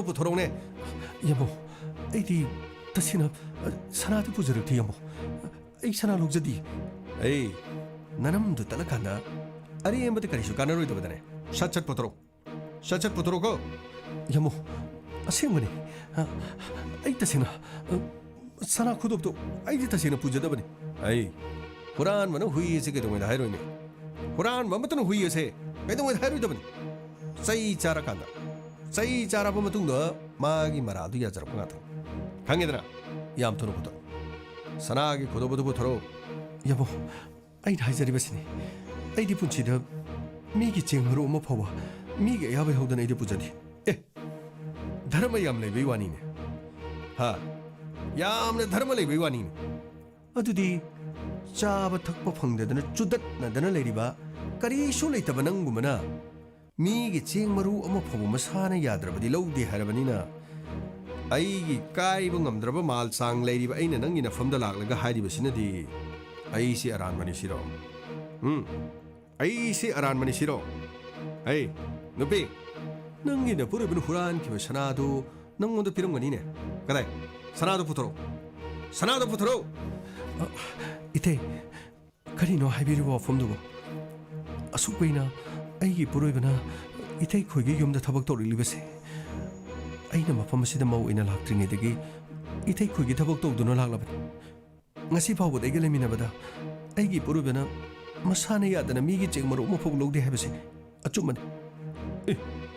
ꯀꯌꯥꯗ ꯀꯟꯈꯠꯂꯤꯅꯣꯅꯦ ꯅꯣꯏ ꯑꯩꯉꯣꯟꯗ ꯁꯤꯡꯅꯔꯦꯅꯦ ꯑꯩꯉꯣꯟꯗ ꯁꯤꯡꯅꯔꯤ ꯅꯠꯇ꯭ꯔꯣ ꯑꯗꯨꯗꯤ ꯅꯈꯣꯏꯅ ꯑꯆꯨꯝꯕ ꯉꯥꯡꯕ ꯑꯗꯨꯒ ꯅꯈꯣꯏ ꯃꯌꯥꯝꯕꯨ ꯄꯤꯖ ꯄꯤꯊꯛ ꯇꯧꯗꯨꯅ ꯈꯨꯡꯒꯪ ꯑꯁꯤꯗ ꯂꯩꯔꯤꯕ ꯃꯤꯑꯣꯏ ꯀꯌꯥꯕꯨ ꯃꯇꯦꯡ ꯄꯥꯡꯗꯨꯅ ꯂꯩꯔꯤꯕ ꯑꯩꯕꯨ ꯑꯩ ꯑꯔꯥꯟꯕ ꯇꯥꯍꯟꯒꯦꯁꯤꯔꯣ ꯏꯊꯦ ꯑꯗꯨꯒꯤ ꯋꯥꯐꯝ ꯅꯠꯆꯗꯦ ꯑꯩꯈꯣꯏ ꯂꯩꯇꯕ ꯑꯁꯦꯡꯕꯅꯤ ꯑꯗꯨꯒ ꯂꯩꯇꯕ ꯈꯨꯗꯤꯡꯃꯛ ꯍꯨꯔꯥꯟꯕ ꯑꯣꯏꯒꯗꯕꯅꯤ ꯍꯥꯏꯕꯁꯤꯕꯨ ꯀꯔꯝꯕ ꯅꯤꯌꯣꯝꯗꯤ ꯌꯥꯎꯕꯒꯦ ꯅꯪꯒꯤꯁꯤꯗꯤ ꯑꯩꯉꯣꯟꯗ ꯁꯤꯡꯅꯕꯒꯤ ꯋꯥꯅꯤꯅꯦ ꯅꯪꯒꯨꯝꯕꯤꯗꯤ ꯀꯔꯤꯁꯨ ꯅꯠꯇꯦ ꯈꯪꯕ꯭ꯔꯥ ꯅꯪꯒꯨꯝꯕꯤꯗꯤ ꯀꯔꯤꯁꯨ ꯅꯠꯇꯦ ꯅꯨꯡꯁꯤ ꯄꯥꯝꯃꯦꯗꯅꯕꯨ ꯅꯪꯒꯤ ꯅꯐꯝꯗ ꯈꯔ ꯑꯩꯅ ꯑꯣꯏꯅꯖꯗꯅ ꯅꯄꯨꯔꯣꯏꯕꯁꯦ ꯑꯩꯒꯤ ꯃꯅꯥꯛꯇ ꯂꯩꯍꯟꯗꯅ ꯊꯕꯛ ꯏꯪꯈꯥꯡ ꯄꯤꯗꯅ ꯁꯦꯜ ꯊꯨꯝ ꯃꯔꯥꯡ ꯀꯥꯏꯅ ꯐꯪꯍꯟꯕꯒꯤ ꯋꯥꯅꯤ ꯑꯗꯨꯕꯨ ꯑꯩꯕꯨ ꯁꯤ ꯊꯧꯑꯣꯏꯗ꯭ꯔꯦ ꯊꯧꯕ ꯌꯥꯝꯃꯣ ꯑꯩꯅ ꯍꯥꯏꯔꯤꯕꯁꯨ ꯀꯔꯤ ꯀꯥꯏꯒꯦ ꯅꯪꯒꯤ ꯅꯨꯄꯤ ꯃꯁꯛ ꯐꯖꯩ ꯑꯁꯤꯕꯨ ꯃꯁꯛ ꯐꯖꯩ ꯍꯥꯏꯕꯅꯤ ꯅꯪꯒꯤ ꯅꯨꯄꯤ ꯄꯥꯝꯃꯤ ꯍꯥꯏꯕꯁꯤꯗꯤ ꯑꯎꯕꯁꯤꯡꯅꯁꯨ ꯅꯪꯒꯤ ꯅꯨꯄꯤꯗꯤ ꯁꯣꯏꯗꯅ ꯄꯥꯝꯃꯝꯒꯅꯤ ꯑꯗꯨꯕు ꯑꯩꯅ ꯊꯃꯣꯏꯗ ꯂꯩꯕ ꯋꯥꯐꯝꯗꯨ ꯐꯣꯡꯗꯣꯛꯄꯒꯤ ꯋꯥꯅꯤ ꯑꯗꯨꯕꯨ ꯊꯧꯕ ꯅꯪꯒꯤ ꯅꯨꯄꯤꯁꯤꯗ ꯑꯩꯅ ꯂꯧꯔꯒ ꯂꯩꯔꯒꯦ ꯑꯗꯨꯒ ꯅꯈꯣꯏ ꯑꯅꯤ ꯀꯥꯏꯅꯍꯜꯂꯒꯦ ꯍꯥꯏꯕꯗꯤ ꯑꯩꯗꯤ ꯍꯥꯏꯈꯤꯗꯦ ꯐꯖꯕꯗ ꯐꯖꯩ ꯄꯥꯝꯕꯗ ꯄꯥꯝꯃꯤ ꯃꯗꯨ ꯈꯛꯀꯤ ꯋꯥꯅꯤ ꯑꯗꯨꯕꯨ ꯃꯗꯨꯒꯤꯗꯃꯛꯇ ꯑꯩꯒꯤ ꯏꯃꯨꯡꯗ ꯂꯩꯔꯤꯕ ꯁꯅꯥ ꯈꯨꯗꯣꯞ ꯑꯗꯨꯕꯨ ꯅꯪꯅ ꯍꯨꯔꯥꯟꯗꯨꯅ ꯄꯨꯔꯒ ꯆꯠꯂꯒ ꯀꯗꯥꯏꯗ ꯂꯣꯏꯁꯤꯜꯂꯤꯕꯅꯣ ꯀꯗꯥꯏꯗ ꯂꯣꯏꯁꯤꯜꯂꯤꯕꯅꯣ ꯑꯃꯨꯛꯇ ꯄꯨꯊꯣꯔꯛꯑꯣ ꯌꯥꯝꯃꯣ ꯇꯁꯦꯡꯕꯅꯤ ꯑꯩꯗꯤ ꯁꯅꯥꯗꯨ ꯂꯧꯗꯕ ꯑꯁꯦꯡꯕꯅꯤ ꯑꯗꯨꯒ ꯀꯔꯤꯃꯠꯇ ꯌꯥꯔꯣꯏ ꯑꯗꯨ ꯅꯠꯇ꯭ꯔꯒꯅ ꯁꯅꯥ ꯈꯨꯗꯣꯞ ꯑꯁꯤꯒꯤ ꯃꯃꯜꯁꯤ ꯅꯪꯒꯤ ꯅꯨꯄꯤꯗꯒꯤ ꯂꯧꯕ ꯇꯥꯔꯦꯗꯅ ꯅꯈꯣꯏ ꯀꯅꯥ ꯀꯅꯥ ꯂꯩ ꯌꯥꯝꯃꯣ ꯑꯩꯈꯣꯏ ꯂꯩꯖꯩ ꯊꯧꯕꯁꯦ ꯃꯄꯥꯟꯗ ꯃꯈꯨꯠ ꯃꯁꯥ ꯄꯨꯟꯁꯤꯜꯂꯒ ꯊꯝꯃꯦ ꯑꯩ ꯏꯃꯨꯡ ꯑꯁꯤꯗ ꯃꯥꯒꯤ ꯅꯨꯄꯤꯒ ꯋꯥꯔꯤ ꯈꯔ ꯁꯥꯟꯅꯒꯦ ꯐꯒꯅꯤ ꯑꯃꯨꯛ ꯏꯊꯦ ꯀꯔꯤꯅꯣ ꯍꯥꯏꯕꯤꯔꯤꯗꯨꯕꯣ ꯑꯩꯈꯣꯏꯅ ꯂꯧꯁꯨ ꯂꯧꯗꯕ ꯁꯅꯥ ꯑꯗꯨꯒꯤꯗꯃꯛ ꯏꯊꯦꯅ ꯈꯟꯕꯤꯔꯤꯗꯨꯕꯨ ꯀꯔꯤꯅꯣ ꯌꯥꯝꯃꯣ ꯊꯥꯗꯣꯛ ꯅꯈꯣꯏꯅ ꯑꯩꯒꯤ ꯈꯨꯠꯁꯤ ꯀꯔꯤꯒꯤ ꯐꯥꯖꯤꯜꯂꯤ ꯊꯥꯗꯣꯛ ꯌꯥꯝꯃꯣ ꯑꯩꯒꯤ ꯅꯨꯄꯤꯕꯨ ꯑꯗꯨꯝꯅ ꯂꯥꯟꯅ ꯂꯧꯕꯤꯒꯅꯨ ꯌꯥꯝꯃꯣ ꯑꯩ ꯁꯅꯥ ꯈꯨꯗꯣꯞꯇꯣ ꯂꯧꯖꯗꯕ ꯑꯁꯦꯡꯕꯅꯤ ꯁꯅꯥ ꯈꯨꯗꯣꯞꯇꯣ ꯑꯩ ꯂꯧꯖꯗꯕ ꯑꯁꯦꯡꯕꯅꯤ ꯅꯆꯤꯟꯗꯣ ꯊꯦꯡꯒꯅꯨ ꯁꯥꯟꯇꯤ ꯀꯥꯟꯅꯗꯦꯁꯤ ꯃꯇꯝ ꯃꯥꯡꯍꯟꯒꯅꯨ ꯁꯅꯥ ꯈꯨꯗꯣꯞ ꯄꯨꯊꯣꯛꯀꯦ ꯍꯥꯏꯕ꯭ꯔꯥ ꯅꯠꯇ꯭ꯔꯒ ꯅꯪꯒꯤ ꯅꯨꯄꯥ ꯑꯁꯤꯕꯨ ꯑꯩꯅ ꯃꯐꯝ ꯑꯁꯤꯗ ꯄꯨꯔꯒ ꯑꯩꯒꯤ ꯆꯦꯛꯀꯣꯟꯗ ꯄꯨꯔꯒ ꯃꯈꯨꯠ ꯃꯈꯣꯡ ꯑꯁꯤ ꯄꯨꯟꯁꯤꯟꯗꯨꯅ ꯊꯧꯔꯤꯅ ꯇꯤꯡꯈꯠꯂꯒ ꯄꯥꯡ ꯇꯤꯡꯂꯒ ꯏꯁꯤꯡ ꯃꯔꯤꯛ ꯑꯃꯠꯇ ꯄꯤꯊꯛꯇꯅ ꯃꯐꯝ ꯑꯗꯨꯗ ꯐꯧꯗꯨꯅ ꯊꯝꯃꯨ ꯍꯥꯏꯕ꯭ꯔꯥ ꯅꯠꯇ꯭ꯔꯒ ꯑꯩꯒꯤ ꯁꯅꯥ ꯈꯨꯗꯣꯞꯇꯨ ꯄꯤꯒꯦ ꯍꯥꯏꯕ꯭ꯔꯥ ꯅꯠꯇ꯭ꯔꯒꯅ ꯑꯩꯒꯤ ꯑꯄꯥꯝꯕꯁꯤ ꯊꯨꯡꯍꯟꯒꯦ ꯍꯥꯏꯕ꯭ꯔꯣ ꯀꯔꯤꯅꯣ ꯏꯇꯩꯅ ꯍꯥꯏꯕꯤꯔꯤꯗꯨꯕꯨ ꯏꯇꯩꯅ ꯍꯥꯏꯕ ꯌꯥꯗꯦ ꯍꯥꯏꯕꯒꯤꯗꯃꯛ ꯑꯩꯒꯤ ꯏꯄꯨꯔꯣꯏꯕꯕꯨ ꯍꯨꯔꯥꯟꯕ ꯇꯥꯍꯟꯕꯤꯕ ꯑꯗꯨꯒ ꯃꯐꯝ ꯑꯁꯤꯗ ꯂꯥꯛꯇꯨꯅ ꯁꯅꯥ ꯈꯨꯗꯣꯞ ꯑꯗꯨꯒꯤ ꯃꯍꯨꯠꯇ ꯑꯩꯒꯤ ꯏꯐꯝꯗ ꯅꯨꯄꯤ ꯑꯣꯏꯕꯤꯒꯤ ꯏꯖꯠ ꯇꯨꯀꯠꯆꯩ ꯅꯪꯒꯨꯝꯕ ꯅꯨꯄꯥ ꯑꯁꯤꯗꯤ ꯇꯨꯀꯠꯆꯩ ꯑꯗꯨꯛ ꯌꯥꯝꯅ ꯅꯨꯄꯥ ꯑꯃ ꯑꯣꯏꯔꯒ ꯅꯨꯄꯤ ꯑꯃꯒꯤ ꯃꯐꯝꯗꯒꯤ ꯅꯨꯡꯁꯤꯕ ꯐꯪꯅꯕꯒꯤ ꯍꯣꯠꯅꯕꯗ ꯑꯗꯨꯛ ꯂꯩꯈꯥ ꯇꯥꯅ ꯅꯨꯄꯤ ꯑꯃꯒꯤ ꯃꯐꯝꯗ ꯍꯥꯏꯖꯒꯗꯕ ꯅꯠꯇꯦ ꯅꯨꯄꯤꯒꯤ ꯊꯃꯣꯏꯗꯗꯤ ꯃꯍꯥꯛꯄꯨ ꯇꯁꯦꯡꯅ ꯊꯃꯣꯏ ꯁꯦꯡꯅ ꯅꯨꯡꯁꯤꯔꯕ ꯂꯥꯏꯔꯕ ꯑꯣꯏꯁꯅꯨ ꯏꯅꯥꯛ ꯈꯨꯟꯕ ꯑꯣꯏꯁꯅꯨ ꯑꯗꯨꯒ ꯃꯥꯂꯦꯝ ꯑꯁꯤꯗ ꯂꯩꯔꯤꯕ ꯃꯤꯃꯥꯟꯅꯗꯕ ꯃꯤ ꯑꯃ ꯑꯣꯏꯁꯅꯨ ꯑꯗꯨꯒ ꯅꯨꯡꯕꯨ ꯅꯨꯡꯁꯤꯔꯕꯗꯤ ꯃꯍꯥꯛꯀꯤ ꯃꯐꯝꯗ ꯊꯃꯣꯏ ꯁꯤꯟꯅꯕ ꯉꯥꯛꯇꯅꯤ ꯑꯗꯨꯕꯨ ꯏꯇꯩ ꯃꯐꯝ ꯑꯁꯤꯗ ꯏꯇꯩꯅ ꯑꯩꯕꯨ ꯅꯝꯗꯨꯅ ꯏꯖꯠ ꯃꯥꯡꯍꯟꯈꯤꯕꯗꯤ ꯑꯗꯨꯕꯨ ꯁꯥꯟꯇꯤꯅ ꯊꯃꯣꯏ ꯁꯦꯡꯅ ꯏꯇꯩꯒꯤ ꯊꯃꯣꯏꯗꯗꯤ ꯑꯩꯒꯤ ꯅꯨꯡꯁꯤꯕꯗꯤ ꯃꯄꯣꯛ ꯑꯁꯤꯗ ꯅꯠꯇꯦ ꯃꯄꯣꯛ ꯂꯤꯁꯤꯡ ꯄꯣꯛꯂꯕꯁꯨ ꯏꯇꯩꯗꯗꯤ ꯑꯩꯒꯤ ꯅꯨꯡꯁꯤꯕꯗꯤ ꯁꯨꯡꯄꯤ ꯄꯤꯕ ꯉꯝꯃꯣꯏ ꯀꯔꯤ ꯁꯥꯟꯇꯤ ꯑꯣ ꯑꯗꯨꯛ ꯅꯥꯄꯜ ꯀꯥꯕ ꯑꯗꯨꯒ ꯃꯁꯤꯃꯗꯤ ꯈꯪꯉꯨ ꯃꯁꯥꯅ ꯌꯥꯗꯕ ꯅꯨꯄꯤꯗꯤ ꯒꯣꯔꯣꯕꯅꯁꯨ ꯀꯩꯗꯧꯉꯩꯗ ꯏꯈꯨꯠ ꯆꯜꯂꯣꯏ ꯑꯗꯨꯗꯤ ꯍꯧꯖꯤꯛ ꯀꯨꯝꯍꯩ ꯌꯦꯡꯕ ꯇꯥꯕꯅꯤꯗꯅ ꯑꯩ ꯅꯨꯄꯥꯗꯨ ꯒꯥꯔꯤꯗ ꯍꯥꯞꯆꯜꯂꯨ ꯑꯗꯨꯒ ꯆꯦꯛꯀꯣꯟ ꯑꯗꯨꯗ ꯌꯨꯡꯂꯤꯕ ꯑꯋꯥꯡꯕ ꯎ ꯑꯗꯨꯗ ꯈꯣꯡ ꯃꯈꯨꯠ ꯑꯗꯣ ꯊꯧꯔꯤ ꯄꯨꯟꯁꯤꯜꯂꯒ ꯃꯐꯝ ꯑꯗꯨꯗ ꯄꯥꯡ ꯇꯤꯡꯗꯨꯅ ꯊꯝꯒꯗꯕꯅꯤ ꯑꯗꯨꯒ ꯑꯁꯥꯡꯕ ꯋꯥꯇꯣꯟ ꯑꯃꯅ ꯃꯁꯥ ꯑꯗꯨꯗ ꯊꯤꯟꯗꯨꯅ ꯂꯥꯛꯅꯒꯗꯕꯅꯤ ꯆꯠꯂꯣ ꯒꯥꯔꯤꯗ ꯍꯥꯞꯆꯜꯂꯣ ꯐꯒꯅꯤ ꯑꯃꯨꯛ ꯀꯔꯤꯁꯨ ꯂꯩꯇꯕꯤ ꯅꯪꯒꯨꯝꯕꯤ ꯑꯃꯅ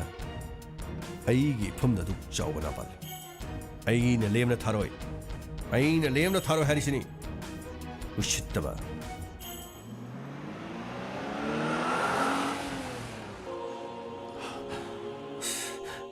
कमाई तौनी तौरीसे अꯩꯗꯤ ꯀꯅꯥꯗ ꯍꯥꯏꯔꯨꯅꯤ ꯇꯧꯏꯁꯤꯗꯤ ꯑꯁꯨꯝꯅ ꯁꯥꯔ ꯅꯨꯃꯤꯠ ꯑꯗꯨꯗ ꯏꯃꯨꯡ ꯑꯗꯨꯗꯩꯕꯨ ꯁꯅꯥ ꯍꯨꯔꯥꯜꯂꯦ ꯍꯥꯏꯕꯒꯤ ꯅꯃꯥꯗ ꯑꯩꯕꯨ ꯃꯐꯝ ꯑꯗꯨꯗꯒꯤ ꯐꯥꯗꯅ ꯄꯨꯈꯤ ꯑꯗꯨꯒ ꯑꯍꯤꯡ ꯆꯨꯞꯄ ꯆꯦꯛꯀꯣꯟ ꯑꯗꯨꯗ ꯏꯁꯤꯡ ꯍꯩꯗꯨꯅ ꯃꯈꯣꯏ ꯃꯌꯥꯝ ꯆꯪꯗꯨꯅ ꯐꯨꯈꯤ ꯅꯦꯠꯈꯤ ꯀꯥꯎꯈꯤ ꯑꯩ ꯎꯄꯥꯏ ꯑꯃꯠꯇ ꯂꯩꯈꯤꯗꯦ ꯃꯁꯤꯒꯤ ꯃꯇꯨꯡꯗꯒꯤ ꯏꯈꯣꯡ ꯎꯈꯨꯠ ꯄꯨꯟꯁꯤꯟꯗꯨꯅ ꯆꯦꯛꯀꯣꯟ ꯑꯗꯨꯗ ꯊꯧꯔꯤ ꯑꯃ ꯄꯨꯟꯁꯤꯜꯂꯒ ꯌꯣꯠꯀꯤ ꯄꯣꯁ ꯑꯃꯗ ꯄꯥꯡ ꯇꯤꯡꯗꯨꯅ ꯊꯝꯈꯤ ꯑꯃꯗꯤ ꯊꯕꯛ ꯁꯨꯐꯝ ꯆꯦꯛꯀꯣꯟ ꯑꯗꯨꯗ ꯊꯕꯛ ꯁꯨꯔꯤꯕ ꯃꯌꯥꯝ ꯑꯃꯨꯛꯇ ꯂꯣꯏꯅ ꯀꯣꯏꯁꯤꯜꯂꯣ ꯂꯥꯛꯑꯣ ꯃꯌꯥꯝ ꯀꯣꯏꯁꯤꯟꯕꯤꯔꯣ ꯁꯤꯗ ꯑꯝꯇ ꯀꯣꯏꯁꯤꯟꯕꯤꯔꯣ ꯎꯔꯕ꯭ꯔꯣ ꯁꯦ ꯁꯤꯗ ꯃꯊꯛꯇ ꯄꯥꯡ ꯇꯤꯡꯗꯨꯅ ꯊꯝꯃꯤꯕꯁꯤ ꯎꯔꯕ꯭ꯔꯣ ꯃꯁꯦ ꯍꯨꯔꯥꯟꯕꯅꯤ ꯑꯩꯒꯤ ꯏꯃꯨꯡꯗ ꯊꯕꯛ ꯁꯨꯔꯒ ꯑꯩꯒꯤ ꯐꯃꯨꯡ ꯃꯅꯥꯛꯇ ꯊꯝꯕ ꯁꯅꯥ ꯈꯨꯗꯣꯞ ꯑꯗꯨ ꯍꯨꯔꯥꯟꯗꯨꯅ ꯆꯠꯂꯝꯂꯤꯕ ꯃꯁꯤ ꯅꯈꯣꯏ ꯃꯨꯟꯅ ꯌꯦꯡꯉꯨ ꯃꯐꯝ ꯑꯁꯤꯗ ꯊꯕꯛ ꯁꯨꯕ ꯄꯨꯝꯅꯃꯛ ꯃꯐꯝ ꯑꯁꯤꯗ ꯊꯕꯛ ꯁꯨꯔꯤꯕꯁꯤꯡ ꯅꯈꯣꯏꯅ ꯁꯨꯔꯤꯕ ꯊꯕꯛ ꯑꯗꯨꯒꯤ ꯑꯋꯥꯃꯟ ꯃꯇꯤꯛ ꯆꯥꯅ ꯐꯪꯏ ꯑꯗꯨꯕꯨ ꯍꯨꯔꯥꯟꯕꯒꯤ ꯊꯕꯛꯇ ꯆꯠꯊꯔꯛꯄ ꯇꯥꯔꯕꯗꯤ ꯃꯥꯡ ꯑꯁꯤꯗ ꯎꯔꯤꯕ ꯅꯨꯄꯥꯁꯤ ꯎꯔꯕ꯭ꯔꯥ मसीगे चप मानना नखोई चरा फंगनी ओय नखोई कना कना लई यमो खोई लेजी थांगदरो थाउरी दु थादो मखादा चिंथरो फगनी यमो हय मखै अईगे मुंगदगी सनालो पाहुरांग खिद्रो अईगे मुंगदगी सनालो पाहुरांग खिद्रोबा यबो अईदी हुरानजदबा सेंगने अईदी करीमतो हुरानखिबा लेथि नंग हुजिकसु खिद्रे नंग हुजिकसु खिद्रे असुक थीना फुरो फावबदा करीगुम मत किबा लेथि अई वाहिगे दाव नंगबो हुरानबा अमनि हाइदुना अइना हुजिक पुलिसता सिनाबरा फबरा मदु नत्रगा अईगी मफम असिदा नोंमदा पुंग 12 अयुक अंगनबदगिना नुमिदांग फावा अईगी मफम असिदा थबक सुगदबनि अयुक अंगनबदगिना नुमिदांग फावा अईगी मफम असिदा थबक सुरबा अईना नंगबो पुलिसता सिनारो मसी वाद्रगना अईगी सना खुदोबदु हुरानबगिदमुक्तनि हाइदुना पुलिसता नंगबो सिनाबा मदुगी मतुंगदा पुलिसना नंगबो जेलदा थाजिनबा करमना पामी अईगी युम असिदा थबक सुबा लाकना पामरा अदुगा पुलिसता सिनाबरा पामरा बाबू सिदे नईर थमे बाबूंगसिदे कहीं तौजे बाबूंगसिबो पूरा नईर थमे अखोई बाबूंगसे पूरा बेरानी अस कांदे बाबू पैसा खत लो कोदो करी पैसानो ngarang khakte ngon da lau ki ba pesa do ngasi loi khrabo pamo yani ga dro ge bo pabung ge pesa bo na chaina loi san da su loi ba ngam roi do do pong kara ge ung pai ra tham ge no as kani je pong ai thabom da sa ge pong pesa ge da bro ai pamu bo khang da ba to ko pamu khang da ba to nang gi da mak ta ni ne nang gi pabung na thami bo pesa sing je ai nga si di mut che nga si ngarang che mut jam na ti ko ai si mut jam na ti mut te je bo sinu ba jina ra ba mai ma ran je ga no ma la li si kai ma ran no bo kondom sana huran ba gi da mak ta ni sana huran le si hey nang khoi pabung gi sana huran bra nang khoi pabung gi sana huran bra kare nang khoi pabung sana huran le de bong mo se masi hatoge bong mo se hatoge mo se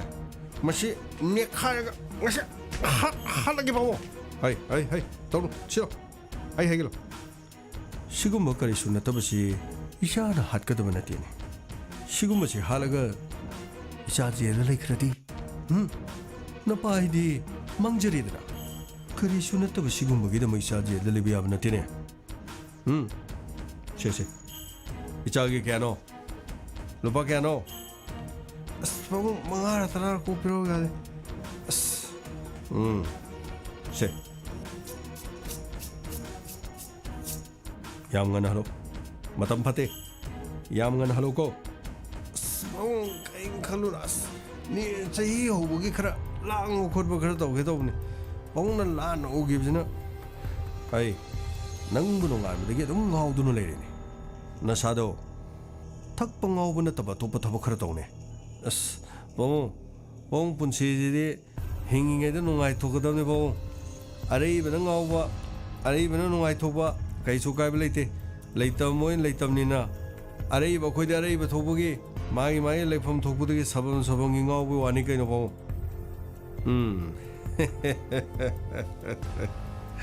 mapa gi macha ni da ngang thok sak torok pa da napa de gi karshi ta de hey chalo oi phani bo ade sao de chalo gi bo hey yamna paisan gu ko ai na hari se tar bro phani bo ai ke su yam par bo khai ha da no yo ne hey isa no pa ko dum bala ko de gi ai sinang ngam pha da na thamli bani se kaw bu kaw in nang jel da lege hebra natra ga yum si da laga ayuk tigi no nung phaw ba thabuk suba nang yara bro hoi yamo ai thabuk suba soi da na lak chagani yamo pare na koi kana le yamo khoi le je se ma gi ma khong khot police lok tho aduga ning thi jana cham tho ko tolaga mayum da chalan ko aduga nungti gi mafam asida sel ting dana ai gi sana ko do bu khuran ki bagi madu gi laman na mafam asida ma hak tabak suba nungti gi lakada sumna sa aina sungu hu ki da sana ko do badu gi dama aina sana ko do khurali hai bagi ral da ai bu ta thi tawaina phubi je bi ki masigi matungda masidigi machano pala laga achumaran khangdana mai mit khangdana koksin baga phujin baga yamna thina otke phare thoba nang yo wafam saloina tari hojing mang da tari ba wafam di nasana psi da ijat mangan ki budget ta sena makki kondum bara natargana atupa miyoi ke ya yobon haibasi sir makoi bu phabiduna makoi na pangthoki ba thabak dugi damak matik chapa jarak phangan be yaroi dar sir thoba court na evidence sakhi court na tangai phadana court haibasi di sakhi ni adubu akhoi gi mafam asidi topu toku india gi mafam amata da pigli ba nupi macha natraga nupi ama bu jan mangan ki ba mi amata farsi tawduna hat ki ba ngasi phabu leitre hoi chingna bagi natraga marala du thaidu pa yana na bagi मियांगी इरांग नेम थननमगिदमक jail थमखिबदि लेखि अदुबु थौबा rapist सिंगु jail थमगा मदुनु मतिक चाबा चेरांग हैबदुदि याबा नाथि अदुगा हौजिक अखोइना मयुमदा चत्तुना महाकपु हेक्तमक चिंगथोगा नंगी नचानुपिदि इज्जत मांगलमी हाइदुना अखोइनि हेक्ता हालबा याबसु नाथि आइन हाइबा मले अदुबु करी लै हैबदो गेमिनसे नंगी दमक्ता मतम पुनमक्ता आइना लेपकनि अदुबु थौबा खजिक्तंग दिया खांकालो सर हारिबसिनदि आइगी जागी अचुंब फंगरो हैबसिरा सर अदुगी वानाते थौबा मधु सोइदना फंगबोइस हौजी हौजी मणिपुरदा पिगलिबा ngang nupi masa anida rape चथबगी सीबगी चेराक पीबा अनि खक्तंगारि अदुसु पोक्सो एक की मखादा अदुगा हदक्तसु चही तरा फारब केस अमगी सीबगी चेराक पीखे अदुबु मखोय अदु हाई कोर्ट न करी हरकनी सुप्रीम कोर्ट न करी हरकनी हौजी फावगी दि चपचाब खंगथि अदुति सा इचानु पीबु इजत मांगनबगी दमक मखोइबु हालमलगा आई जेल द चंखिबदी करी खाई नते नते दवा असुमगी दमगी शोर लेबन यंगिना किसी करी लै हैबदु यंगिनसे अदुगा हौजिने आइन हॉस्पिटल दा लाइंग सिदा आई डॉक्टर का सुनगा दबले अंगांग अदु तसेनमक मियोई कयाना इजत मंगन खिबना अदुगा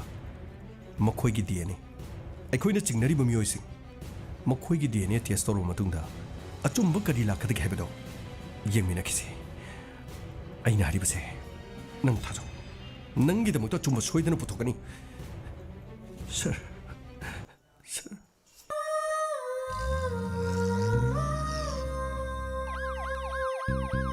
लाकले इंस्पेक्टर तैयार लाकले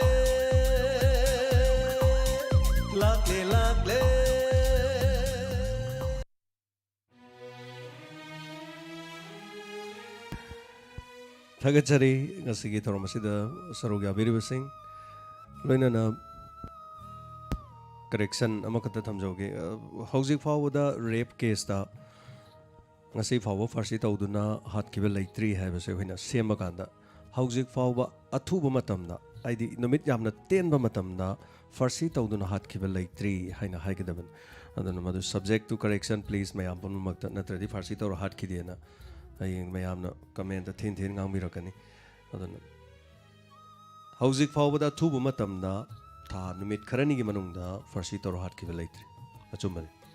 Nivya 7 years aduga mamangda ranga or bilagi laiki akui matam yamna dum loin changki haitari sahi yam loin changki so pokso ek na aduga fast track court na thu matam da 90 days ki manungda hariba singsi lakadabani hariba matungda fast track court ki season ar matungda manipur da su mioi ani farsi tobugi laikre aduga chahi tara suraba case amagi ngarang nahan lauthokre aduga siguma khara leiri so rape case amada chenabagi wafam da su lakre madudi hariba sida tongan ba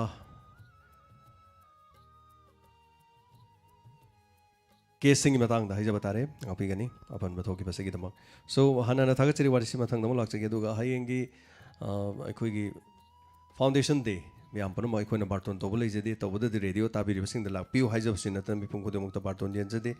Pong 13 हाइनदि थाजै अदुबो 13 चप चाना थोरमदि हौरोय मसिमदि खोइना इंगमनि हाइतारे अदुबो 13 the खोइ M तोरगा खोइ मैतै पुंग तादनबा खितंग दे दाइदा लाकनी maybe 13 हाइतारे स्वाइदा tension जरगा ngasi birthday तारिबसिंग गे फमंगोन पिमिनसि लोइना नादो मदोंगी feedback कमदे comment पाथोक जगे थोरमसि मतंग दनुगे थमोइदा करि फाउबिरकपगे हाइबदु अदोम सो हाइबिरो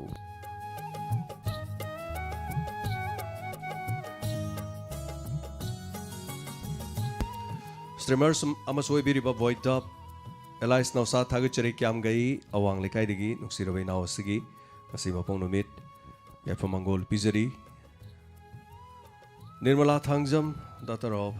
Anjao Madeti Sombi Inawi Salongpam Diamond Radio gi staff amasu oizaribi Nirmala Thangjam mahamasama kisunga sisi birthday ni aduga mayamna su yafamangol pibigani chalasigi damaduga asigi थोरमसीदसु तोइजम बिस्वर्जित नेप्रा company Awang Leikai थोबालगी बिस्वर्जित की सु याइफमांगोल पिजरी याइफरबा सिगुम नुमित असिद मपोंग नुमित तारिबदा रत्ना खेत्रीमयुम दातर ऑफ डोरेन अमदी इनाक खुनबी कक्सिंग सुमक लेकाई अदुगा थागचरी कक्सिंग सुमक लेकाई दिगी रत्ना की फैमिली नसु डायमंड रेडियो दसु मतेंग पांगबिरे बॉयदाप थागचरी अदुगा निर्मला थांगजम बिस्वर्जित अदोमदोंगी पुंसीदा सिगुमा मसिंग लांगमद्रबा बर्थडे इपोक नुमित असि लाकबा सरुक याबा यावबो ngamba oibiu masing langamdana अदोमदोंगी अफब थबक कया तौबद माई पाकबो ओइबिउ पलेम पदौगी सागै नातेगी अदुगा इसा इसागी अफब चौखटपा नादे यक्तब ngakto ओइबिउ लोइनना मियामनसु याफमंगोल पिबिरी मखाता जरकपसी ngasi थरोमसिक मरि लेनना मियामन पिबिरक फीडबैक अमदे कमेंट खजदंग पाथोक जबगी तनसाद लोगजिगी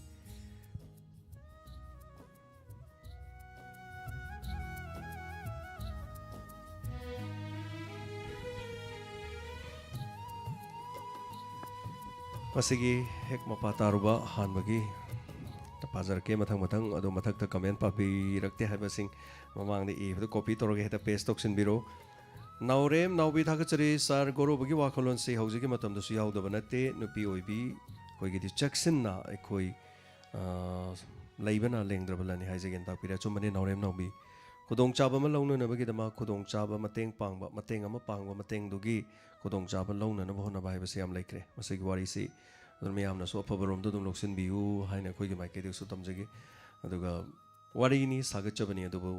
थौदोकसे दुम मानब थोकपसु दुम लई अदुगा मानबनी वारीनी वाखलोना सागले हेदना मितने येंगबदा power kappa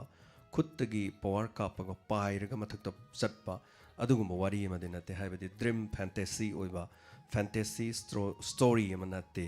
so it can be happen अमो मसी थोकप याय अदुगा may be happen the past द हाना थोकिबदसु दुम ओइरम बे याय अखोगिदि सागचबनी वारीनी मंगलानी अदुबु माले मसिदा तानरिबा येंगनरिबा फिल्म दगी वारी दगी नोवेल सिंग असि अयामना सागतपा ngaktani aduna hana thagachari athengwa faawdu saruk yabidana domna thawai hapibasigidamak hana thagachari Bonnie Trox Sagol Sem Thagachari happy birthday mayam na aigisu sajibu noma panba numitani na tapiri numitu the ningsing biro Bonnie Bochai lamon Thagachari tamo James amna nungai rakhanda loisin ki na tapiri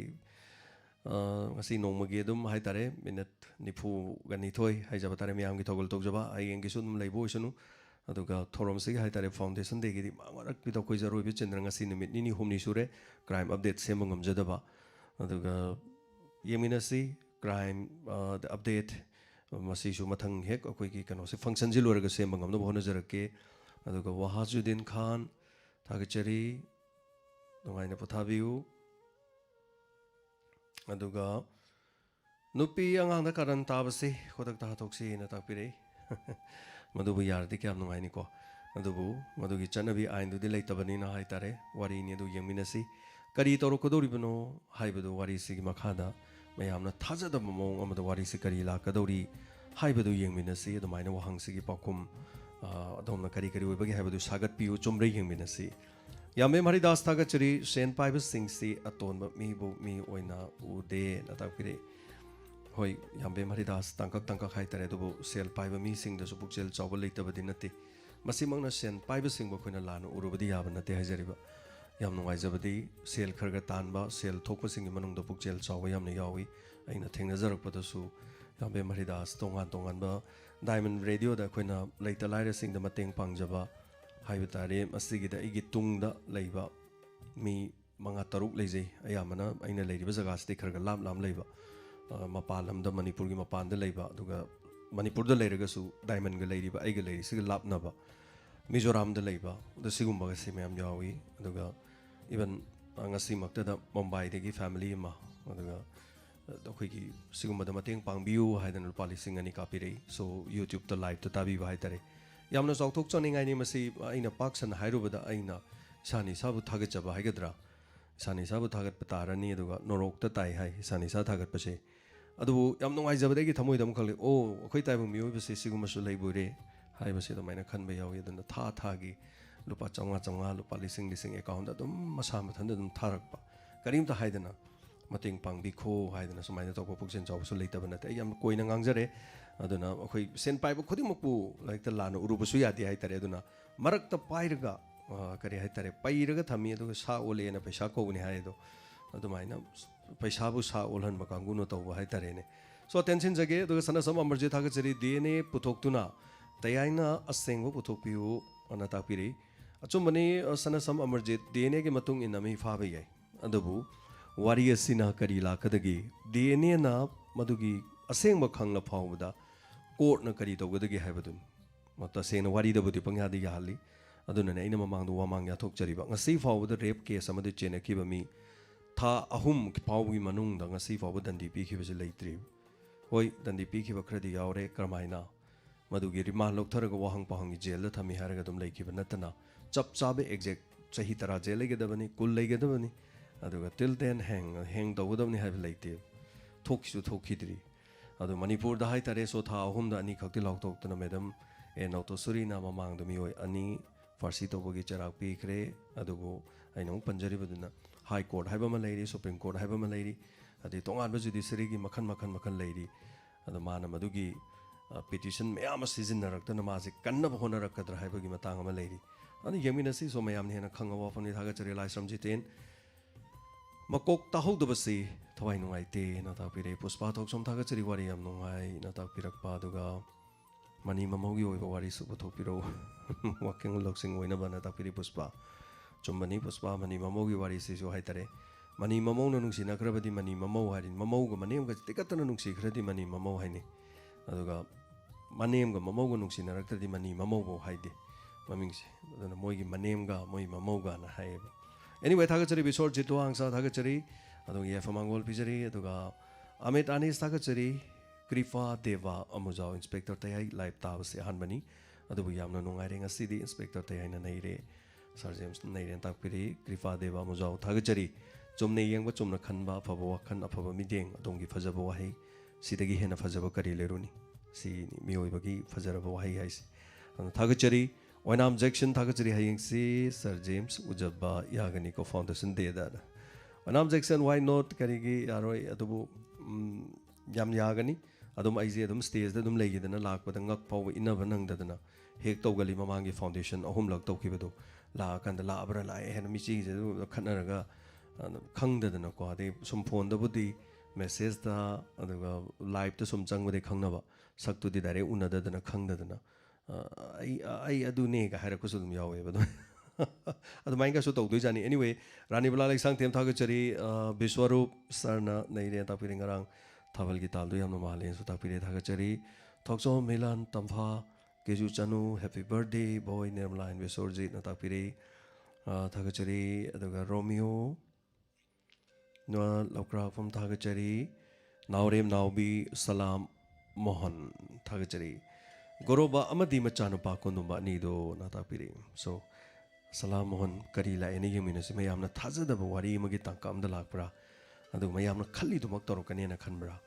ꯇꯌꯥꯏ ꯍꯦꯛꯇ ꯄꯨꯊꯣꯛ ꯀꯥꯞꯀꯜꯂꯤ ꯍꯥꯠꯀꯜꯂꯦꯅ ꯇꯌꯥꯏꯅ ꯍꯥꯠꯀꯗꯧꯔꯤꯕ꯭ꯔꯥ ꯍꯥꯠꯂꯣꯏꯗꯧꯔꯤꯕ꯭ꯔꯥ ꯀꯔꯤ ꯇꯧꯒꯗꯧꯔꯤ ꯍꯥꯏꯕꯗꯨ ꯌꯦꯡꯃꯤꯟꯅꯁꯤ ꯕꯣꯅꯤ ꯇ꯭ꯔꯣꯛꯁ ꯊꯥꯒꯠꯆꯔꯤ once again happy new ꯏꯌꯔꯅ ꯍꯥꯏꯕꯤꯔꯛꯄ so same to you happy new year ꯑꯗꯨꯒ ꯊꯧꯗꯥꯝ ꯑꯟꯖꯨ ꯁꯥꯔ ꯇꯌꯥꯏꯒꯤ ꯋꯥꯔꯤꯁꯤ ꯅꯣꯡꯃꯇꯪ ꯇꯥꯍꯧꯗꯕꯗ ꯊꯥꯒꯠꯆꯔꯤ ꯍꯥꯏꯕꯤꯔꯛꯄꯁꯤꯒꯤꯗꯃꯛ ꯅꯣꯡꯃꯇ ꯀꯣꯛ ꯁꯥꯗꯅ ꯂꯩꯕ ꯐꯪꯗꯦꯀꯣ ꯀꯔꯝ ꯀꯥꯟꯗ ꯄꯣꯊꯥꯗꯣꯏꯅꯣ ꯄꯣꯊꯥꯕꯁꯤ ꯊꯧꯔꯝꯒꯤ ꯂꯣꯏꯕ ꯅꯨꯃꯤꯠꯇ ꯄꯣꯊꯥꯒꯅꯤ ꯍꯥꯏꯇꯥꯔꯦ ꯑꯟꯖꯨ ꯋꯥꯔꯤꯅ ꯂꯣꯏꯔꯕ ꯑꯋꯥꯕ ꯂꯩꯇ꯭ꯔꯕ ꯅꯨꯡꯉꯥꯏꯕ ꯃꯇꯝ ꯑꯗꯨꯗ ꯋꯥꯔꯤ ꯂꯣꯏꯈꯤꯅꯤ ꯑꯦꯛꯁꯟ ꯌꯥꯎꯗ꯭ꯔꯕ ꯋꯥꯔꯤꯁꯤ ꯃꯌꯥꯏ ꯆꯝꯃꯗꯤ ꯃꯌꯥꯝꯅ ꯋꯥꯔꯤꯁꯤ ꯅꯍꯥꯟ ꯃꯈꯩꯅ ꯅꯨꯡꯉꯥꯏ ꯉꯁꯤꯗꯤ ꯈꯤꯇꯪ ꯋꯥꯠꯂꯤ ꯍꯦꯛꯇ ꯍꯥꯏꯕꯤꯔꯛꯏ ꯍꯥꯏꯔꯨꯔꯒꯁꯨ ꯋꯥꯔꯤ ꯃꯈꯥ ꯆꯠꯊꯔꯨꯔꯒꯁꯨ ꯑꯋꯥꯕꯒꯤ ꯑꯋꯥꯕ ꯉꯥꯛꯇ ꯑꯗꯨꯝ ꯍꯥꯏꯕꯤꯔꯛꯏ ꯇꯥꯕꯤꯔꯤꯕ ꯃꯤꯑꯣꯏ ꯑꯁꯨꯛꯀꯤ ꯃꯇꯤꯛ ꯌꯥꯝꯕꯅꯤꯅ ꯃꯥꯒꯤ ꯋꯥꯈꯜ ꯃꯥꯒꯤ ꯑꯅꯤꯡꯕ ꯄꯥꯝꯕ ꯐꯣꯡꯗꯣꯔꯛꯄꯗ ꯑꯩꯈꯣꯏꯅ ꯏꯟꯕ ꯉꯝꯖꯗꯕꯁꯨ ꯌꯥꯎꯏ ꯋꯥꯔꯤꯁꯤꯒꯤ ꯃꯈꯥ ꯆꯠꯊꯖꯗ꯭ꯔꯤꯉꯩꯗ ꯃꯌꯥꯝ ꯇꯥꯕꯤꯔꯤꯕꯁꯤꯡꯅ ꯋꯥꯔꯤ ꯃꯈꯥ ꯑꯗꯨꯝ ꯆꯠꯊꯕꯤꯔꯛꯄꯁꯨ ꯌꯥꯎꯏ ꯆꯥꯟꯅꯕꯁꯨ ꯌꯥꯎꯏ ꯂꯥꯟꯕꯁꯨ ꯌꯥꯎꯏ ꯑꯣꯏꯍꯟꯅꯤꯡꯕꯁꯨ ꯌꯥꯎꯏ ꯑꯗꯨꯗꯤ ꯁꯨꯃꯥꯏꯅ ꯇꯧꯕꯤꯔꯣ ꯁꯣꯝ ꯅꯥꯀꯟꯗꯒꯤ ꯆꯠꯂ ꯁꯣꯝꯗꯩ ꯐꯥꯕꯤꯔꯣ ꯑꯗꯨꯅ ꯁꯣꯝꯗ ꯆꯠꯂ ꯅꯣꯡꯃꯩꯅ ꯀꯥꯞꯊꯣꯛꯈ꯭ꯔꯣ ꯁꯨꯃꯥꯏꯅ ꯇꯧꯔ ꯃꯊꯪꯗꯤ ꯁꯤ ꯅꯨꯄꯥꯁꯤ ꯃꯥꯗꯨ ꯁꯤꯔꯅꯤ ꯑꯗꯨꯏꯗꯨ ꯍꯤꯡꯍꯟꯕꯤꯔꯣ ꯍꯥꯏꯕꯒꯨꯝꯕ ꯊꯥꯒꯠꯆꯔꯤ ꯑꯦꯂꯤꯁ ꯄꯦꯅꯥꯎ ꯒꯣꯔꯣꯕꯒꯤ ꯃꯆꯥꯅꯤ ꯍꯥꯏꯕꯗ ꯀꯣꯟꯗꯨꯝꯕ ꯅꯣꯛꯇꯦ ꯊꯥꯒꯠꯆꯔꯤ ꯆꯕꯨꯡ ꯄꯝꯖꯥꯟ Sir Tayagi Nuksiba Konjelna Mipum Kudingi Tamoy Sumbiri Natapiri Zabung Bamjan Tagachari aina haijabaduni fajanabu uraba fajanabu khalaba adongi fajaba thamoiduna chap chaba wahini thorogliba wafam singase adomna bu tension leiraba fajaba bu mangda hitarasu adomna bu lana ukraba akuina phano hona so dum la leidorimin aduna thagachari thonawjami san adaga lili cha laire lakpam thagachari khara tenmale tabada pen banaidre 42 minute lili cha do masdigi hena sangbase khara dum waba jani aduga thagachari abem puyam efamangol pibiri basigidama shama nomai them crime singsi tabadi kijare sara tapiri tadabadi yade shama nomai them kamdogani lamdo masida aidangna niyom chumna kanamatagi mafamda lanjaroi haiduna leirabasu tumina leijaraga yungi ena khada leptuna leibado mapa chatkiba miduna sakta aje nungside mi yengbada paing paing yengen mi na badram torma chatkidorim mi hoiba se lukrab aduna aina khangdaba yade tadaba yade तारगसु tension ले ताद्रगसु अहिना खंगदबा पंगबता होगदोरिम अदुरगदि कोइ खंगमिनरगा फबदो Locsin मिनरगा पुनमक अदु खन share तोरकान हेना section बा मद लेना नमग होनमिनसी सो बॉयद थागचरी उमारानी मयांग लंबा दिवाकर शर्मा तमो जेम्स इंस्पेक्टर तयाई हानवारी से स्क्रिप्ट फोन लोइना थोपी ब्रांड तापिरे स्क्रिप्ट सगी यांगलेन सरुम लेजै मसिगी अदुगा ताकक ताकक हाइतरे माइ मतम मतम दुगी सिचुएशन ग सुदुम छाना नम कोइना मरकत खर खर थेत पसुदुम यावी दिबेकर वारी सिगी परिंग दी हाना एपिसोड 500 की मथक्ति हेना लेख्रबनी अदुगा हारिबसी यामना Chaoba volume अमखकनी मदुगा अइना खंजबदी तसेंग नमके हायरकांदा artist मयाम तोरकांदा Mikey web series अमा चाउना पुथोकचबा हाइबगी मंगलान अमदा मंगमने अदुबु कोरोना की मतमसुना मयाम पुनम पोथाना नमगी दमक डायमंड रेडियो की चथजरिबा crime reports late night story हारिबसते करिगुम मसी ट्राई तौदुना मुक्तंग हेंगे हायदन एपिसोड अहानबा अनिसुबा चथजरुबदगी मियांगी सपोर्टना हारिबसे दुमक चथजकिबनी हाइतारे सो दिवाकर शर्मा हंगबिरपसगी दमक थागचरी रतन थागचरी थोक्सो मेलान तुतु थागचरी अदुगा अब्बे कविता थागचरी बॉयदा थागचरी अजीज खान मैथई की पुंग हाइना तोंगान लेब्रा अजीज खान हाइना बलई मैथई पुंग हाइबा हलमन की पावरो अमा लई मैथई की पुंग से हाइना की बजे पुंग निपान हाइबसे पुंग जे हेक्ता सोइबगुम्बा अदुम तौई हाइदना मैथई पुंग हाइदना हाइना बम लई अदुना पुंग हाइदि पुंग येइनबा पुंग दु नते टाइम दुबनी मतम चप चाना चटपा जापान गुम्बा अदगी मई मतम दि चेना दे हाइतरे सो मणिपुर दसु मतम चेनबे यादा बोजा गुरु याम लई थौरम से पुंग असुकनी गा हाइबा अदुगा पुंग जे थेंगगदि पुग होगलगा चखिबसु दुम लई ngaibe aba ngaibe minute 10 pung ngaira madu matung laktragadi function yauduna chatkiba oja guru yam lei so adna khoi maitai pung ngaksi haidi maitai sing hariba phurup sing ase pung thorom tok matam da smaini sondei na haina bawa haini lana lobi ganu premavati naurem thaga chari aduga live boy man raja ngasai crime update leijadre man raja ai keno to boloiraga semjarage hayeng phawbadi yamna warani aduga thorom si ngamdre haitare tasena mak inspector tayai ngarang ga ngasiga yam thengtharabani thorom sin nangoi na tawdagi honajabani miyam gi soidana ba haitare so adisi mathang dei di kitang adum ga kachana badum honajarak pa yabri injagi singlo henba sedri thagachari angakuna thalaba punsi khongchatni aduga angambana dum ngamba sonbana dum sonba dubu tayaina paujeli achumbagi sakti takpiri irombiroi thagachari happy birthday to you wishing you a great day, many happy returns of the day. Nata pirakpa aduga Romeo thagachari boy da once again to do thagachari lokrakpam inauba ngai bagi awaba Sir James na khangbiu hana hana na takpiri saubigono na takpiri kaisu sauba leite inauba aduga kari haitare aina pijaninge haidana haitare charuraga sunga horoidok sarupudi matat tawra aina miwata do sarupudi kitang mapung pharaga miyam hona jabani aduga akoina wajari basisu khangbiyo haibo wafam se haijagi maramdi wari se loiraga aina hana record to tho thamjaba wari manate adu natabani na hairi basi puthok chana bo hona matam da awaba yamna oi mehun gamta suba nate haijariba marak se internet tat khigadra adagi soibu soigadra yamna awaba yamna oijai aduga hairi basi aina soidana ba mati to honbi ai matau karamna tha mu kari mu se lepthoba marak sida ina ngamjaba khara sema ba hana record tokhoba adungan na ayu pung tare tare ta tharasu yai kaisu kai badi leiti tawbadi hariba matam duga hojik leiri bisiga support to ba khena ba lakpadi yai aduga खुदक्ता ताबगी नुंगाइबगी सोम लई हाइतारेने अदो अखोइना वाजबसु खंबियु म्यामना वाजबसु खंजै थागचरी हाइबिरकपसिगी दमा PPW entertainment थागचरी अदुगा सलाम मोहन थागचरी संतोष कुंद्रापम रुक्साना अजीज कृपादेवा मुजाव case गौरनीताई Kakching DSA road नसिगी गौरवगी वारी the लोइसिनख्रे happy birthday बेमरत्ना ते तेसुत लोइ तापिरे थागचरी sir गौरनीताई diamond radio की foundation देगी दमा सर गौरनीताइना डायमंड रेडियो दा लेंबिरक्तन ngasi पैसा पांगबिरम बादुगी दमा ओजा गौरनीताई थागचरी अदुगा मयामना सु खंबियु ओजा गौरनीताई सेलुलॉइड फिल्म सिंगदा यामने याउबा अदुगा अखोइ ओजा दुनी कक्सिंग देगी ओजा गौरनीताई फिल्म की अदुगुम्बा मॉडर्न फिल्म निफु यांकई हेन मथक्ता हाइतारे सेलुलॉइड सिंग फिल्म के आदि याउबा ओजा दुनी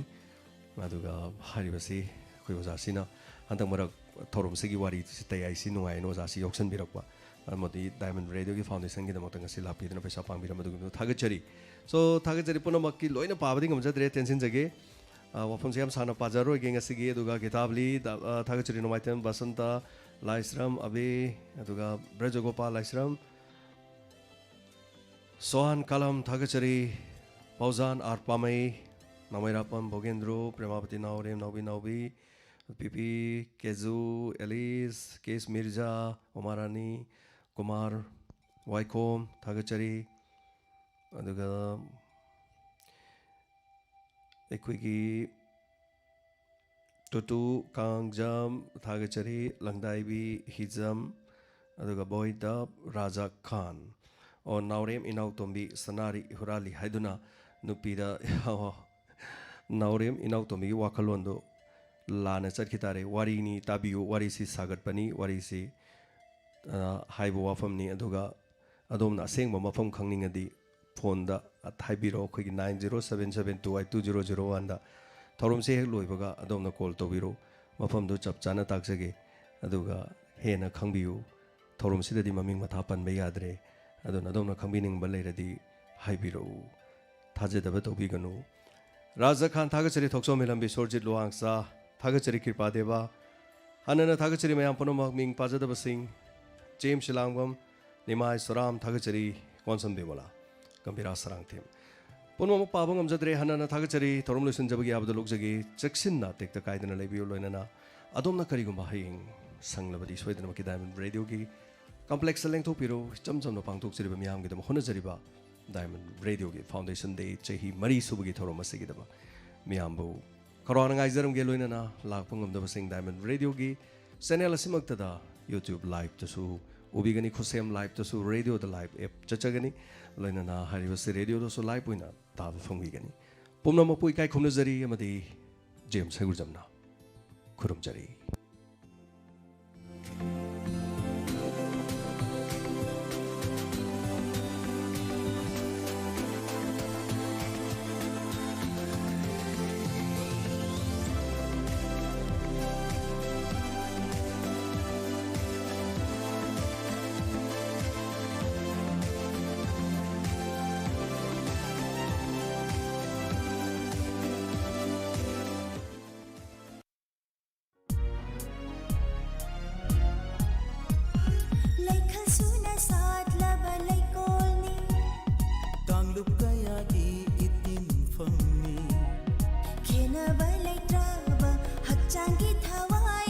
Diamond FM Radio.